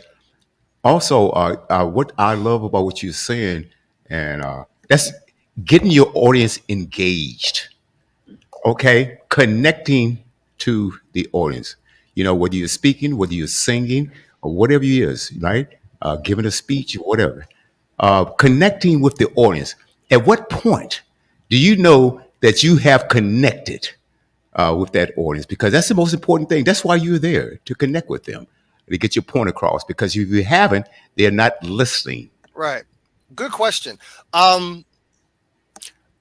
I know I got them when I got them. When they're moving when I tell them to move. Mm.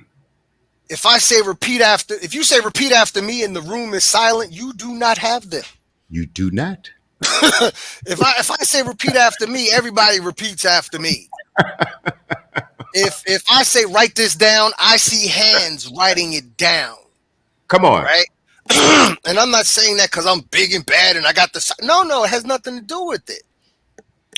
When I prepare my speeches, I prepare them in such a way that I'm not thinking about or more about what I want to say. I'm thinking about how what I want to say is going to be received. That's it. See, I can sit up here and talk and say exactly what I want to say, exactly how I want to say it. And I guarantee you, I'll have at least 5 people in the room rocking with me. But if there are 200, 300, 400, 2,000 people in a room, I'm not going to hit everybody the same way.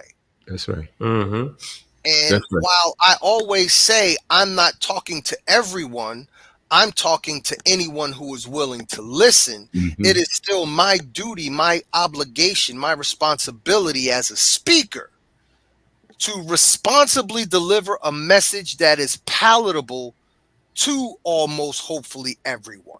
This is Correct. right. Sister Tiffany? Come on, girl, get up in here. Yes. Yes? Okay. Okay, come on. We need more than that. Okay.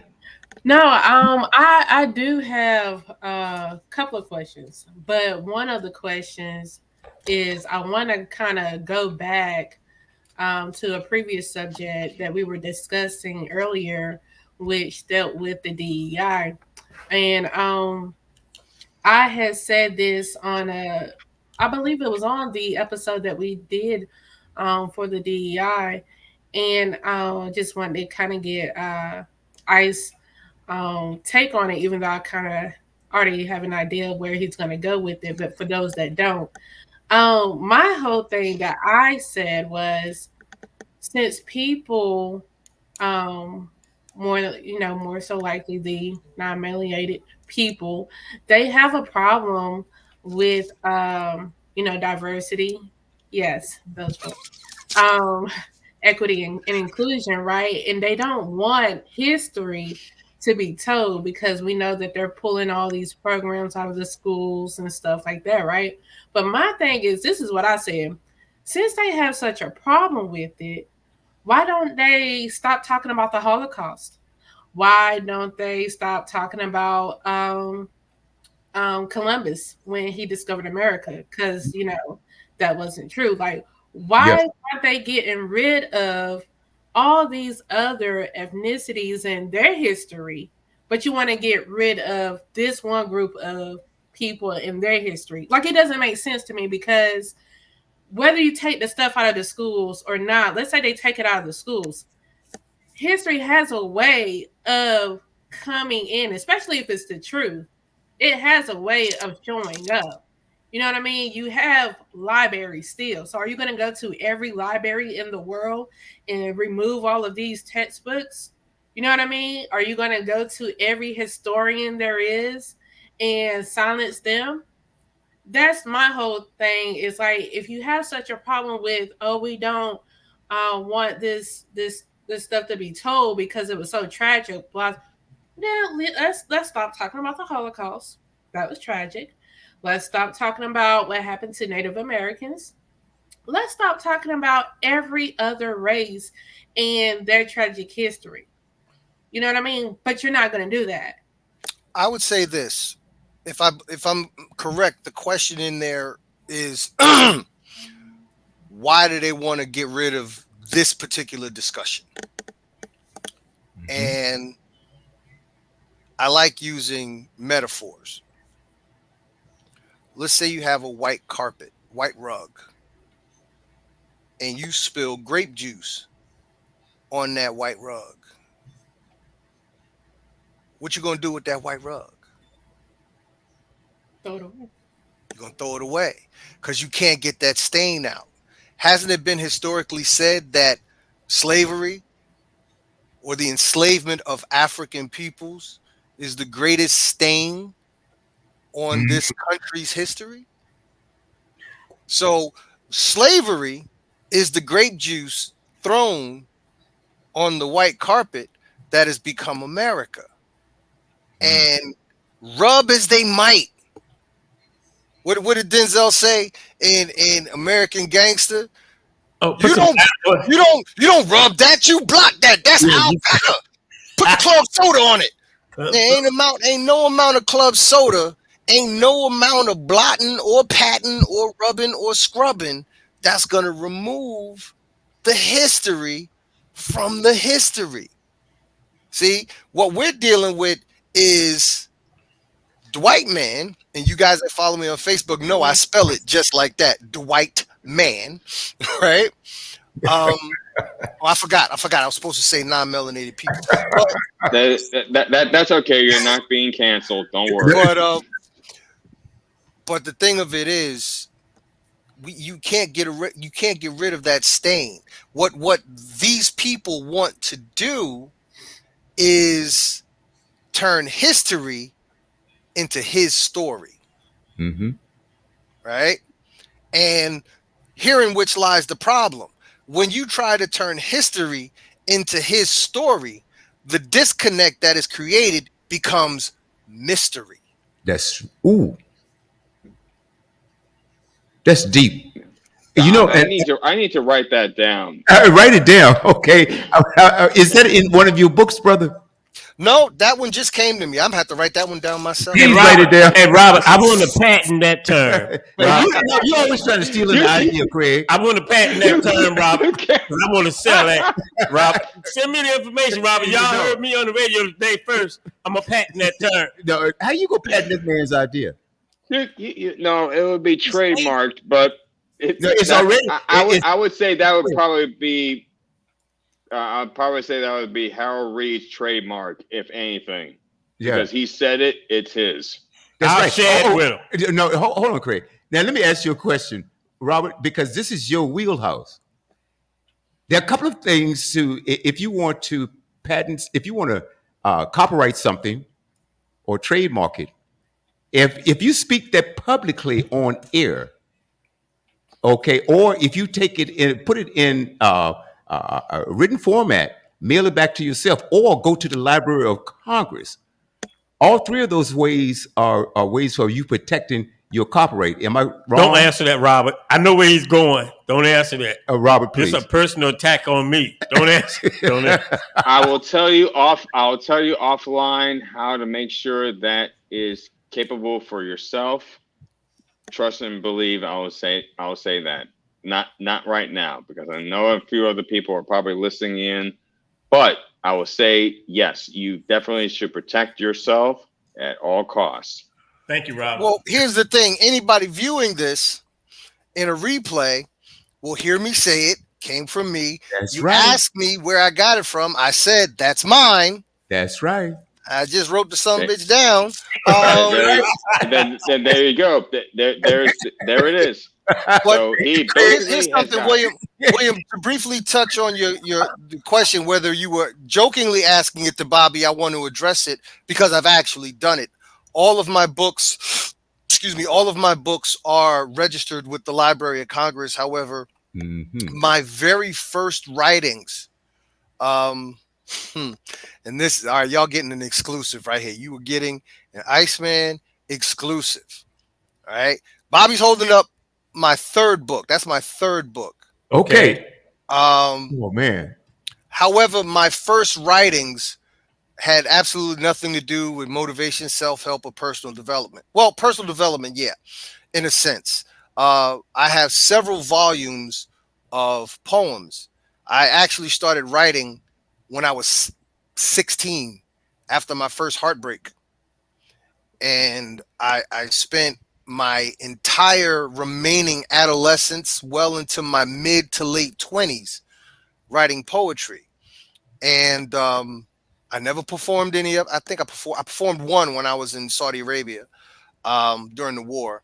Mm-hmm. and I never really performed any of them, but I did have them all written down in notebooks and whatnot. And I took the time, bit by bit, typed it all out, printed it all out, put it in an envelope, mailed it to myself, Mm-hmm. and it remains. It might be over there somewhere on my desk, but yeah, that those volumes remain sealed to this day. Great. And perhaps I will one day decide to open them and print them and publish them, but that can wait a bit. Right. We can go to this Tiffany Hilliard. My sister, she's not a swing. And she talking about stains can be removed. I'm just saying she's keeping her white rug. Okay, all right, moving right on to Tiffany.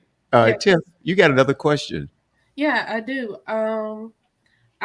So I know as profound and professional as you are, with your speaking engagements, has there ever been a time where you have been somewhere and you were like, Dad, I wish I would have said this, or Dad, I could have said this better? Have you ever had a moment of self reflection after the fact and be like, you felt some type of way about it, even though you had people to come up and say, man, I appreciate what you said. You know what I'm saying? That really touched me, that moved me or whatever. But have you ever felt like, yeah, I don't know? Because sometimes, they say that we can be our own worst critics. You know what I Right. mean? Especially like if you're writing something or if you're speaking something. Because I know that happens to me a lot. After the fact, I'm like, man, I should have said this or I should have done, you know what I mean? So has that ever happened to you? Yes, but not to the extent that I would necessarily beat myself up over it. Again, I said Mm-hmm. a few minutes ago that preparation is key. So when preparing a talk or preparing a speech, preparing a presentation, and writing it, again, I'm not writing it in terms, I know what I want to say.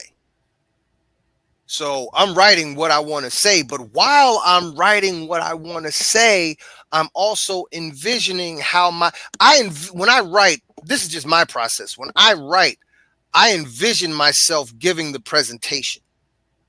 Mm. So this is a part of the journey that I tell you speakers need to take their audiences on. So I control you not just by telling you what to do, stand up, sit down, clap, repeat after me, write this down. I That's one way I control my audiences. Another way is that in my writing process, there'll be peaks and valleys, there'll be different inflections and intonations coming from my voice. There'll be times that I reduce my voice to the sound of a whisper almost. Yep. And then there'll be times when I'm like this, and then so like peaks and valleys, ups and downs. So throughout that process, I have you, and I'm taking you on the journey that I want to take you on. Now, when it's all said and done, you're gonna have that fire. Your seat gonna be feeling a little hot because I'm lighting a fire under your bottom. But could I, in retrospect, because somebody could have said something in the audience or something could have happened that day that affects what I'm speaking about that wasn't a factor when I was in the writing process. And if it comes across my mind, I may find a way on the fly to work it into the speech. I've done that a bunch of times. That's absolutely incredible. I couldn't agree with you more. And what you're speaking on is voice inflection, and that is so important in speaking. Yeah. You can soften that sometimes. And I learned something a long time ago, Brother Reed, is that when you speak a little bit, say you're up on this high, right, and then you speak a little bit lower, the audience tend to lean a little bit forward. Okay, well, let me hear what this brother is saying. And I love what you do about audience engagement. Yeah. Audience engagement. Now, Sister Tiffany says, what are the 7 P's again? Proper pre-planning prevents piss poor performance. Proper pre-planning prevents piss poor performance. Yep. We've said that for years, and it is exactly right. Getting back to your audience, for instance, now, do you get letters from say you're speaking to high school or college students or people of that nature. One of my most it just thrilled me when I spoke to students, and the teachers would call me, or they would mail me, says, "This is what my students thought about your visit to us." And I think those things are just like you talk about trophies on the wall, Right. okay, versus conversations and or the stories that you told that are so inspiring about how you help turn young people, young adults, and even teenagers and maybe younger, turn their lives around. And they and you found and had a connection with them later on in life. What is that feeling like? Oh, it's wonderful because I have two sons. My oldest son, AJ, everybody calls him Little Ice. He's 21, but he was diagnosed with autism when he was 2.5. So he's basically, he's a little knucklehead. He's like, but he's basically a child for life. So ain't no grandkids coming out of him. That'd be very interesting to see how that would happen. Okay. But there's that. And then my youngest is 14. The damn sure better not be no grandchildren coming out of him. You know? Yeah, we're gonna have a talk, right? We're definitely gonna have a talk. We don't have that talk, but I'm fortunate enough that at 14 he's more interested in his Xbox than some other kind of box. Yeah.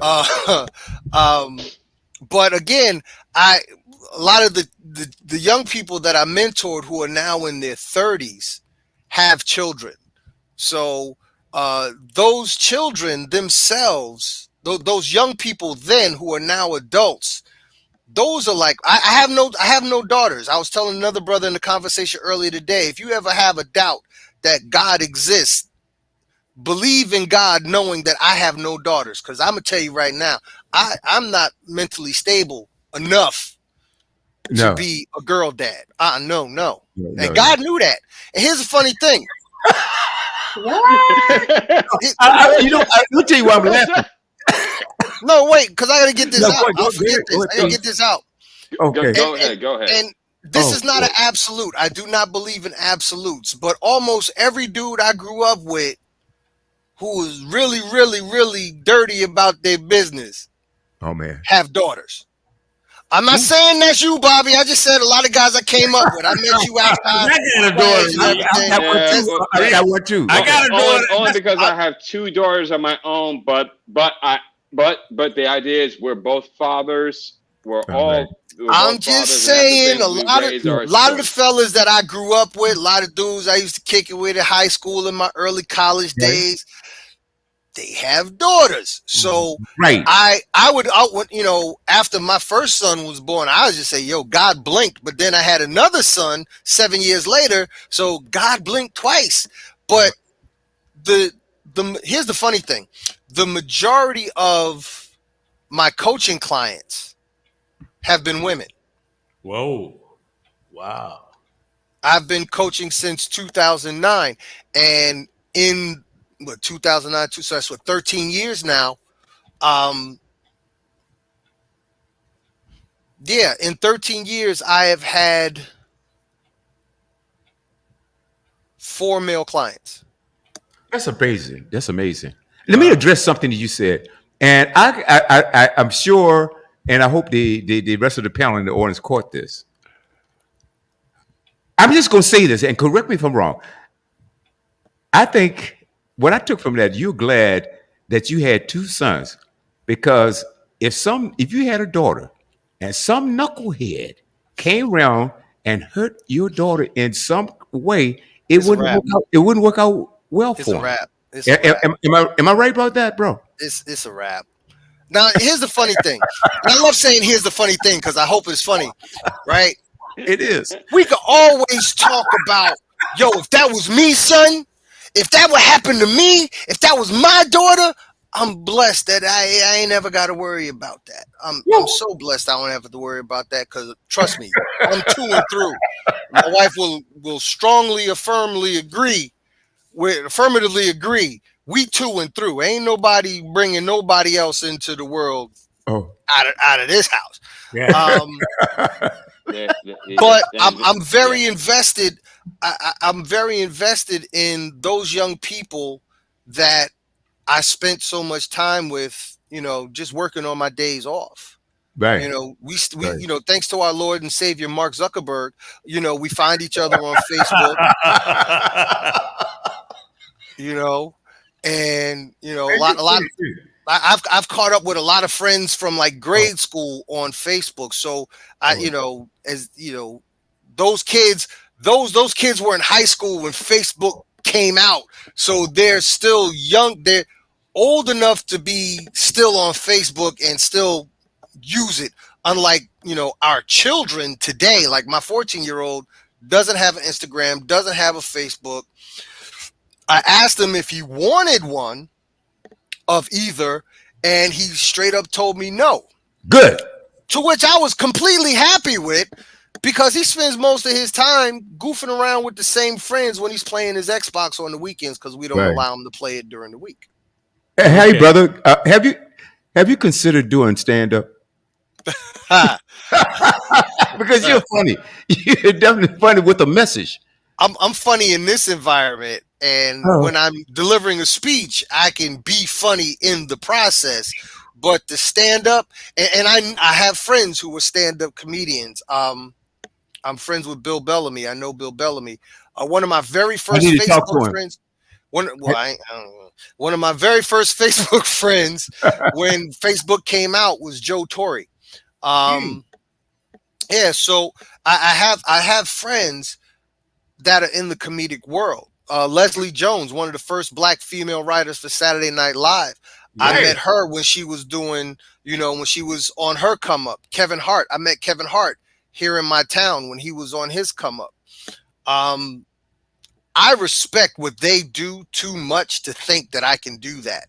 But again, there's something that there's so many jewels that I got to keep shouting out my mentor, Dr. Del Toro McNeil, especially because if he watches this, he's going to appreciate me appreciating him. Something that he said that really stuck with me because it affected me in my life before I even met him. And that is, and this is for everybody. So Bobby, remember how when I used to do my Monday morning videos, you would be up in there, type of stuff out? Get ready, Yeah. get your fingers ready, right? I'm ready. If you find yourself not believing in yourself, but someone else believes in you, believe in their belief in you until your belief kicks in. Wow. That's deep. That is deep. That's not mine. That's Dr. Del Toro McNeil II. And might I add, this is the youngest black living member just recently inducted into the National Speakers Association Hall of Fame. This man wrote one book 2 years ago, and just on that one book alone, he has been on the Today Show 5 times. This is who I'm learning from. So I said earlier, we were talking about the kids in the high schools and so on and so forth. It's very important the company you keep. Repeat Right. his name, Rob. Repeat his name. I'll type it in the chat here. Yeah, But please do that.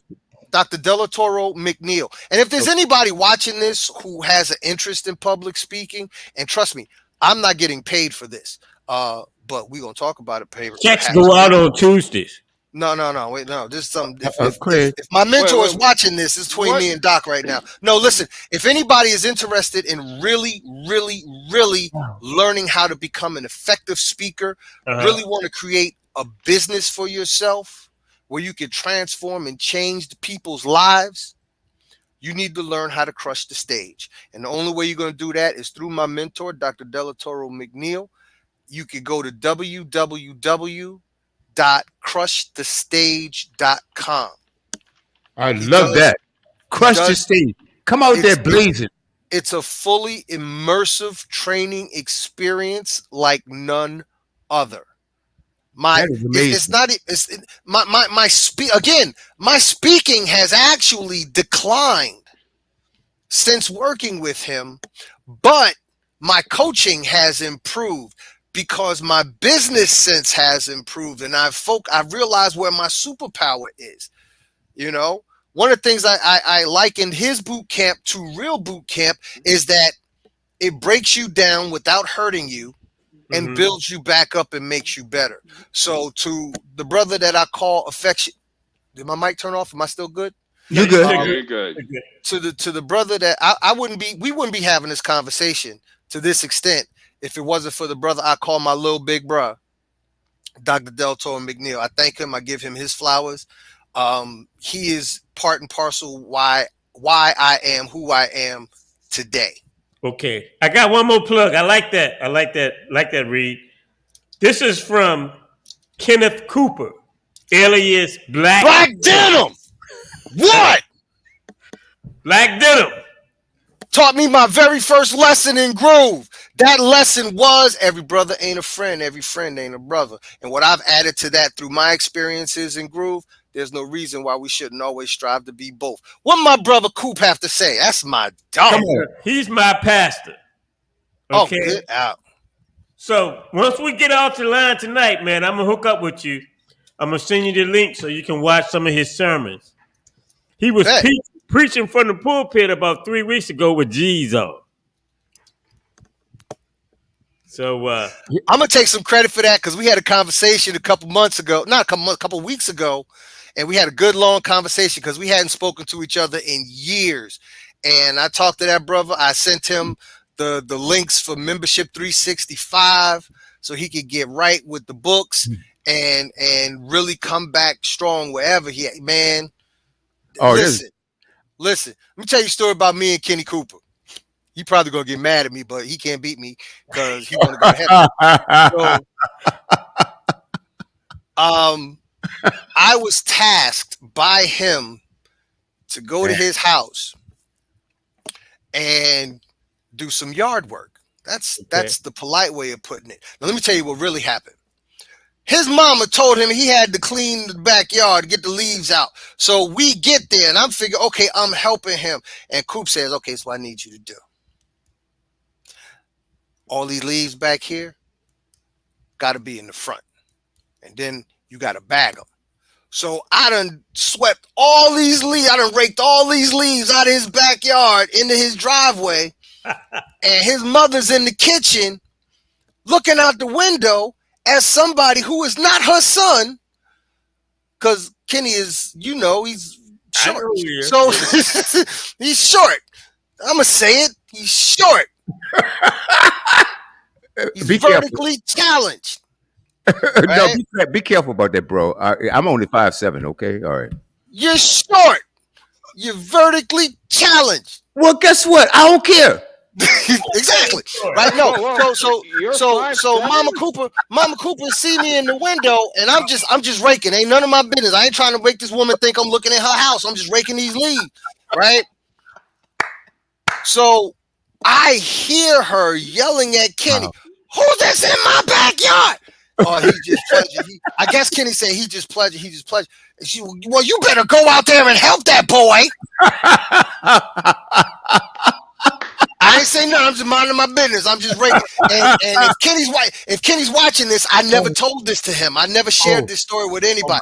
I'm raking these leaves. I'm raking. Kenny come out with like some garbage bags. I'm here to help you, man. I'm here to help you. And after all the raking was done, he was like, "Yo, my mama told me when we're done, you got to wash your hands because she made you breakfast." And his mama made me breakfast. Raking her backyard. So these are the beautiful things about being a groove, man. Oh man, that's beautiful. Hey, where's he now? He's in Richmond. He's Clayton's pastor and my pastor. Oh man, I haven't met him. I haven't met him yet. But He's gonna be on the show soon, but he's got something to do. Oh Today, my God! They have a blood drive, and they're working on getting that organized for Women's Day. Okay, hey, Brother Harold, they told me says you're in for a treat. When you get Brother Harold Reed on, say he's the real deal, and guess what? And you definitely are, brother. And tell all your brothers they can go and watch this on YouTube. It should be up. Matter of fact, the live version is up right now because we're recording live on YouTube. Tell Studio W, The Buzz. Ladies and gentlemen, we need you to subscribe, leave a comment, support this show. It's free for now. Okay, it's free. So tune into Studio W, The Buzz. Go to the Groove Swing Speaks latest episode, and please share this with anyone. Groove, swing, friends, family. It doesn't matter. Please do this for this network because we believe that we are providing a service and some information and a conversation that people need to hear. Something that you're going to hear on this network, I promise you, is going to inspire someone. Some people might be lost. I don't care how much money they're making.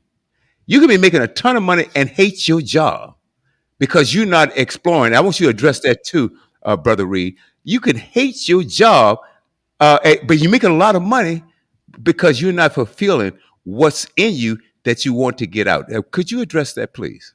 Well, there's a saying that I've adopted since I started going into business for myself, and everybody's heard it. Almost everybody's heard it. If you haven't, you're gonna hear it now, and that's all money ain't good money.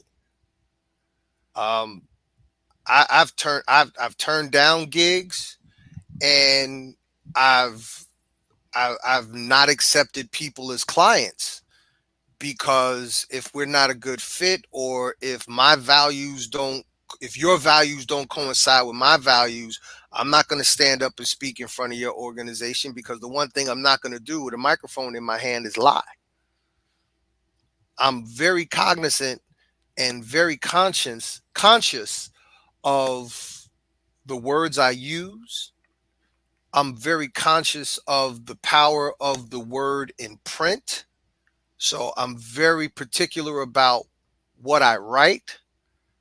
Mhm. So when if you read something that I post on social media, you know, there's something I often say: get a condom for your heart, because I may just F your feelings. Um, I'm very particular. So, there for me, when it comes to money, you have to love what you do. And if you love what you do, then what you'll make will speak for itself. Mm-hmm. One of the things Les Brown said was the difference between and I'm paraphrasing because I do not want to misquote him. And I've met him. I was allowed to film him. He owes me a forward in one of my books, so I'm gonna have to reach out to him. Yeah. But one of the things that he said was the difference between a career and a calling is that a calling is something that you love so much, you do it for free, Mm-hmm. but you're so good at it, people can't help but pay you for it. Oh, man, I like that. You know, That's I had a chance of meeting him also in California.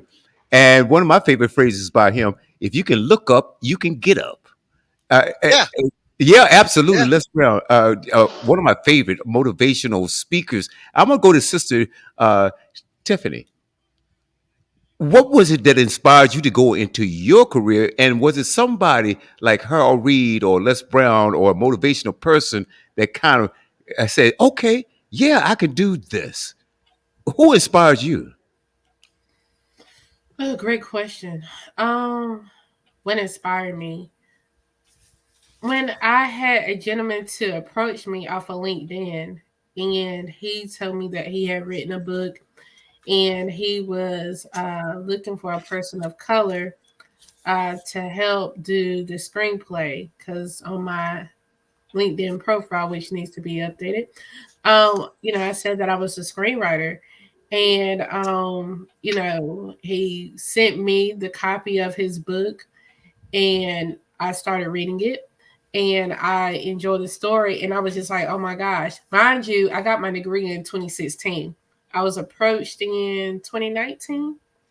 And so he was the first one to approach me, and I said, look, I said, I never done this before. I said, this is my first time. He was like, it's okay. He was like, just do your thing. So I was like, okay. And so I would say that was the beginning of my professional writing. You asked me who inspired me. I have seen Mr. Les Brown. I've heard him speak before. Who inspires me to write? Honestly, at this moment, I can't say anybody specifically inspires me to write. It's just what happens is when someone asks me to do a job for them, and if I listen to the story, or I get the story and I read it and I'm like, okay, cool. So I think it's more so of me starting to develop uh my own career, and me just kind of putting my foot out there, my feet out there, and just kind of building from the ground up. So as far as saying, I would say, what is something that I'll watch a lot?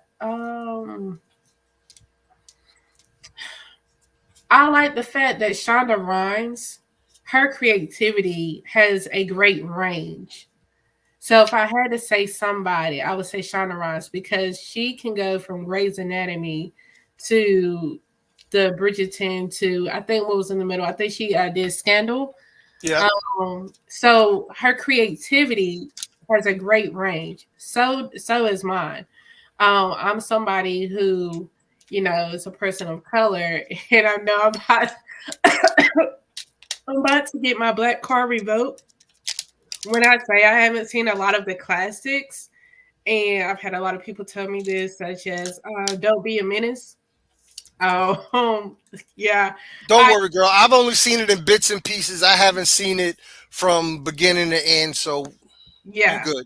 and something that your would have been Groove brother created, the Shy. Y'all know who I'm talking about when I said would have been Groove brother.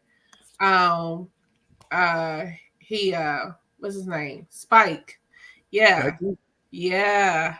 I Mm. just saw I Mhm. just You see the saw faces, right? Not just me. You see Bobby. You see yeah, Yeah. Greg. I know. I just see one of his Ain't no would have movies. been. Yeah, I see one of his Ain't no would movies have been.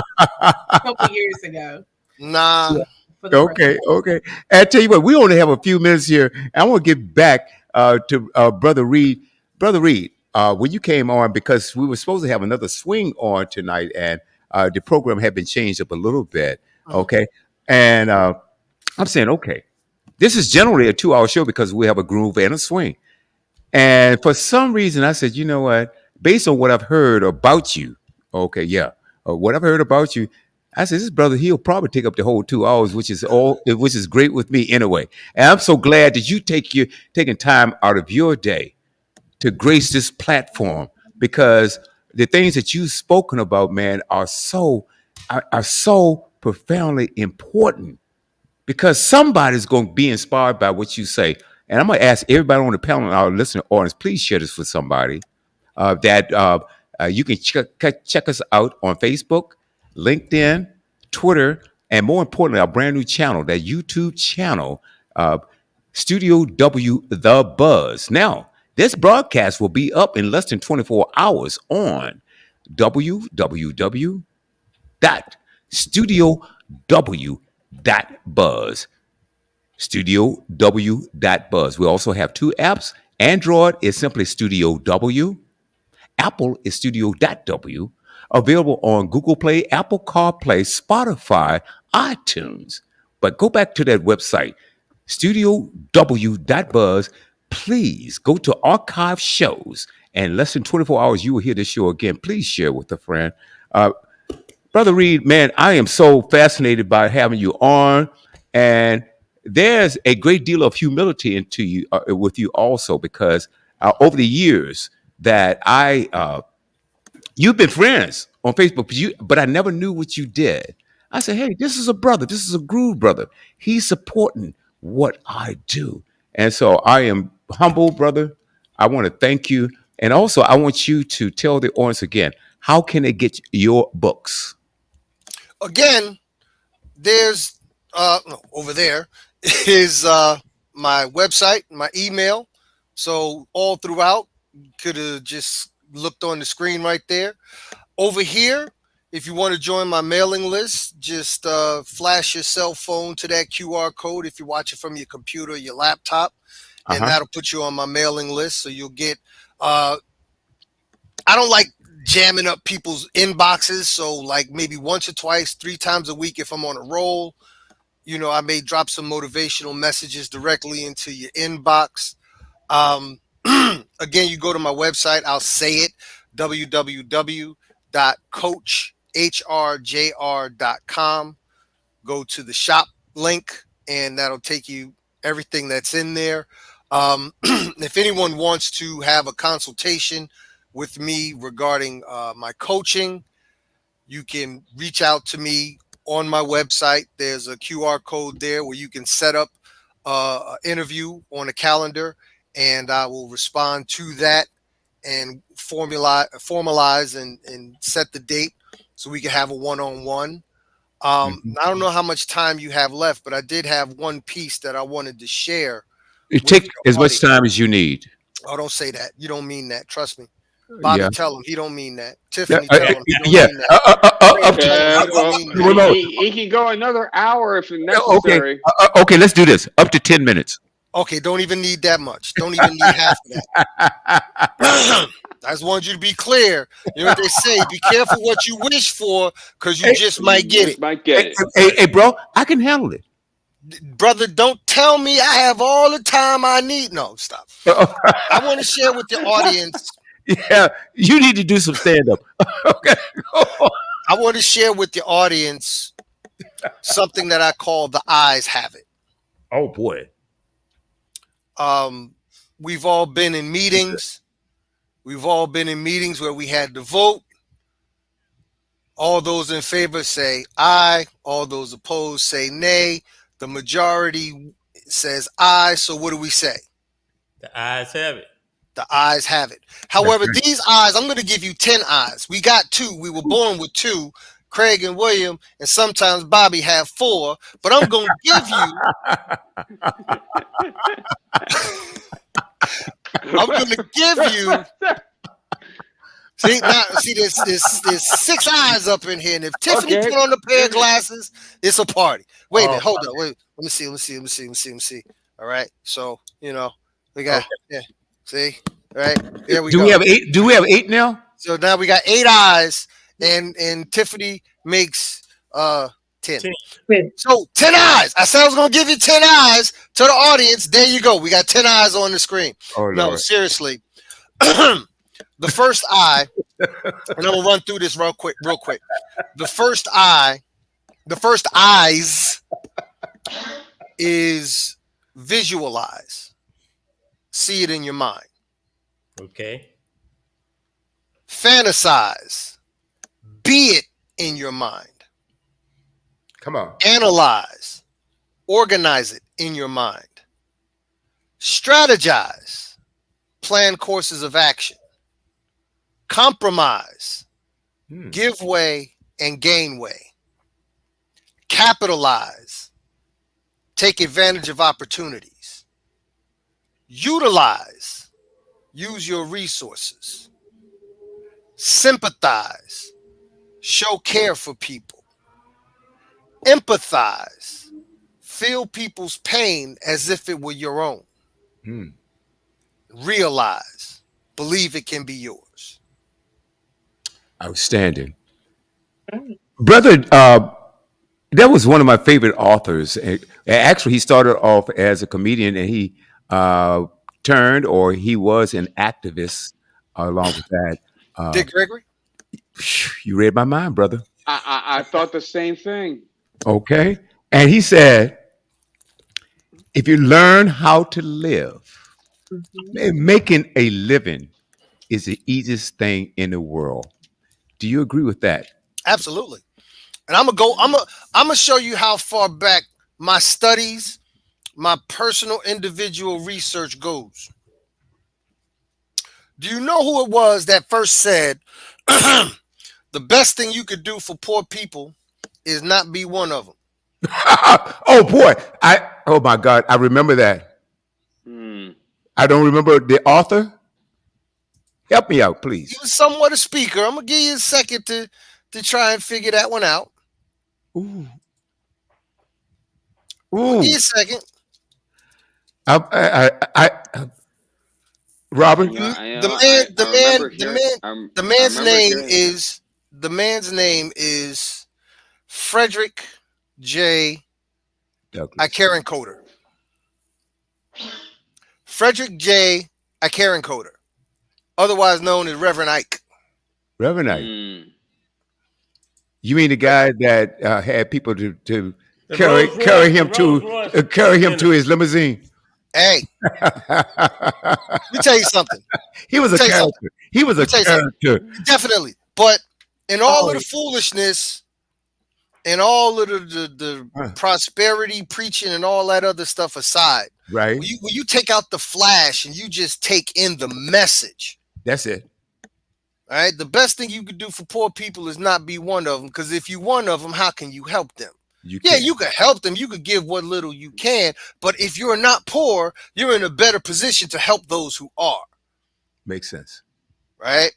Mm. And so these are the things. Once again, when we started this whole thing off, I explained that at least for me, my path was a path of service.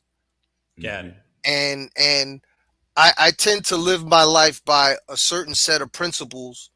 And one of those principles, Bobby, if you have my first book handy, it's probably on the back of it, but I'll say it nonetheless. Um, if you're ever curious or unsure about what your purpose in life should be, imagine what you want people to say about you at your funeral. Mhm. And then between now and then, live up to those words. So if you It's want people to say you were this person, you were that person, you were good, you were generous, you were kind, you cared, you got on my nerves sometimes, but I knew you had a good heart, so on and so forth. Live up to those words. Live up. Be the person you want people to talk about when you're no longer here to hear them say it. Yeah. Wow. wow, Right. Brother Reed. And I probably say this was the book that you're talking about, the very first one. The very first one, yes. Right. You know, This is it. Brother Robert, is this our 8th or ninth episode? I think we're at number 10. Are we at number 10 already? Yeah, I think we. And we've had some outstanding conversations. And I'm going to tell you what, this has been one of them. Brother Reed, I can't thank you enough for coming on. Promise us that you will please come back and bring Sister Rock with you because I think you have more clout than I do. Okay. Really do. Man, I appreciate it. This has been amazing. And what I'm going to And do, it's fortunate, it's fortuitous. You might want to buy a lottery ticket and somewhere put the number 10 in there because my birthday is 10/10. 10-10. Wow. Okay, brother. Look, I tell you what. I'm not going to bug you, but I'm going to stay in touch with you. And Absolutely. same here. I'm a phone call away because we have Absolutely. a lot that we have to talk about. And also, anytime you want to get your information out there, you have a medium and a platform to do it. I All appreciate right. My Appreciate pleasure, my brother. I'm going to send that to you. I'm sending all that information to you, like the website and the other credentials that we it. have. Mhm. Let's go around the panel. Brother Craig, then we go to Tiffany, and then we're going to let Brother Hicks close it out. Okay. What would you like to say in closing? First and foremost, I just want to let Harold know how proud I am of you, man. You know, came about as a young groover, and look where you are now. You know, just keep your head up, keep moving forward, and let God guide your steps. All right. Pleasure. Much Tiff, love, brother. Love you. Thank you, man. You know I love you, Craig. All right. Tiff, I just want to say thank you for coming and joining us on tonight. And as always, we may not always agree on everything, but we can definitely respect each other's perspectives. But I appreciate you, and I look Absolutely. forward to chatting with you soon. Yeah, no doubt. Matter of fact, I will be in town tomorrow. I'll be leaving for North Carolina for the weekend tomorrow night. So let's see if we can get together, have a drink or two, whatever, and chop this up some more. And on another note, I don't think she's watching right now because she should be in bed. But I want to give a special shout out to my girl. I'm sorry, Bobby, taking up your time. I want to give a special shout out to my girl, Rosemary Moreno, who will be graduating from the Charlotte Mecklenburg Police Academy on Friday, which is why I am traveling down there. She is one of my early mastermind members and speaking cohort members. And we've gotten each other through some pretty tough times over the years. She moved down south. She started a career for herself, with going into the police academy. So I promised her I would go down there and celebrate that milestone with her. I'm sorry, Amen. Bobby, go ahead. Hey, no, don't apologize for anything. Don't apologize for that, man. And Brother Robert, All right. again, this is learning how to live. If you can inspire somebody else, to me, it always makes me feel good when I can uplift, inspire, educate, give somebody, hey, look, this is what I did. This is how I did it, whatever it is. You get the last word, Brother Hicks. I'll definitely say thank you for everybody being here this evening. But I definitely want to say for Feldman Ice, because his book, the book that I just sold originally, Get Your Mind Right, was a book that really changed my life. Wow. It turned my life around, because I know at the time I was really down, desperate, and really was not in a really good place, and I just really needed something for upliftment. And this book here was the very first book that I had purchased actually from Feldman Reed, and it really had changed my life around and made me see things in a different way, being able to be a little bit different from where I used to be. But I definitely say that I owe a lot to him. And basically, if it can help a Feldman like me, a nappy-headed Feldman from the Bronx, New York, it can help anybody out there. Because here's the thing, because Feldman Reed has a gift, the gift to be able to inspire, the gift to motivate, and it's going to be effective to everybody out there. That's you. one of the most important things to me. Thank you, Brother Hicks. Brother Reed, I'm that's trying to make a black man blush, man. What the well, fuck? go ahead and blush then, bro. Go ahead. Hey, look here. You're not too big to blush, all right? Getting all sentimental up in this motherfucker. We just showing you love. It's the power of what you bring. That's We the just thing. showing you some love, Reed. Getting all Oh, he knows. getting all warm and fuzzy. We don't get down like this. This ain't how we get down. We don't get down like this in front of people. Hey, you guys. Hey, look here. If you guys don't know, I already know. Hey, he loves this. He loves this. Hey, man, thank you so much, my brother. We will stay in touch. Absolutely. We will stay in touch, and we have to have you back, because that's what the whole format that we're trying to present to the world. And guys, ladies and gentlemen, next show, bring your children, your grandchildren. I don't care what they grooves or swings, your friends and everybody. They need to hear what we have to say, because it could and it has changed lives. I know that for a fact. Brother Reed, my pleasure, my brother. I can't thank you enough. Peace. Thank you for having me.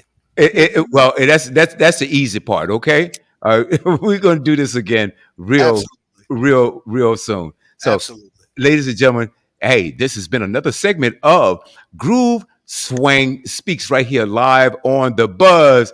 Sister Tiffany, Brother Robert, Brother Craig, outstanding. Thank you guys so much. And keep it locked right here on The Buzz. StudioWBuzz.com. Peace. StudioWBuzz.com. StudioWBuzz.com.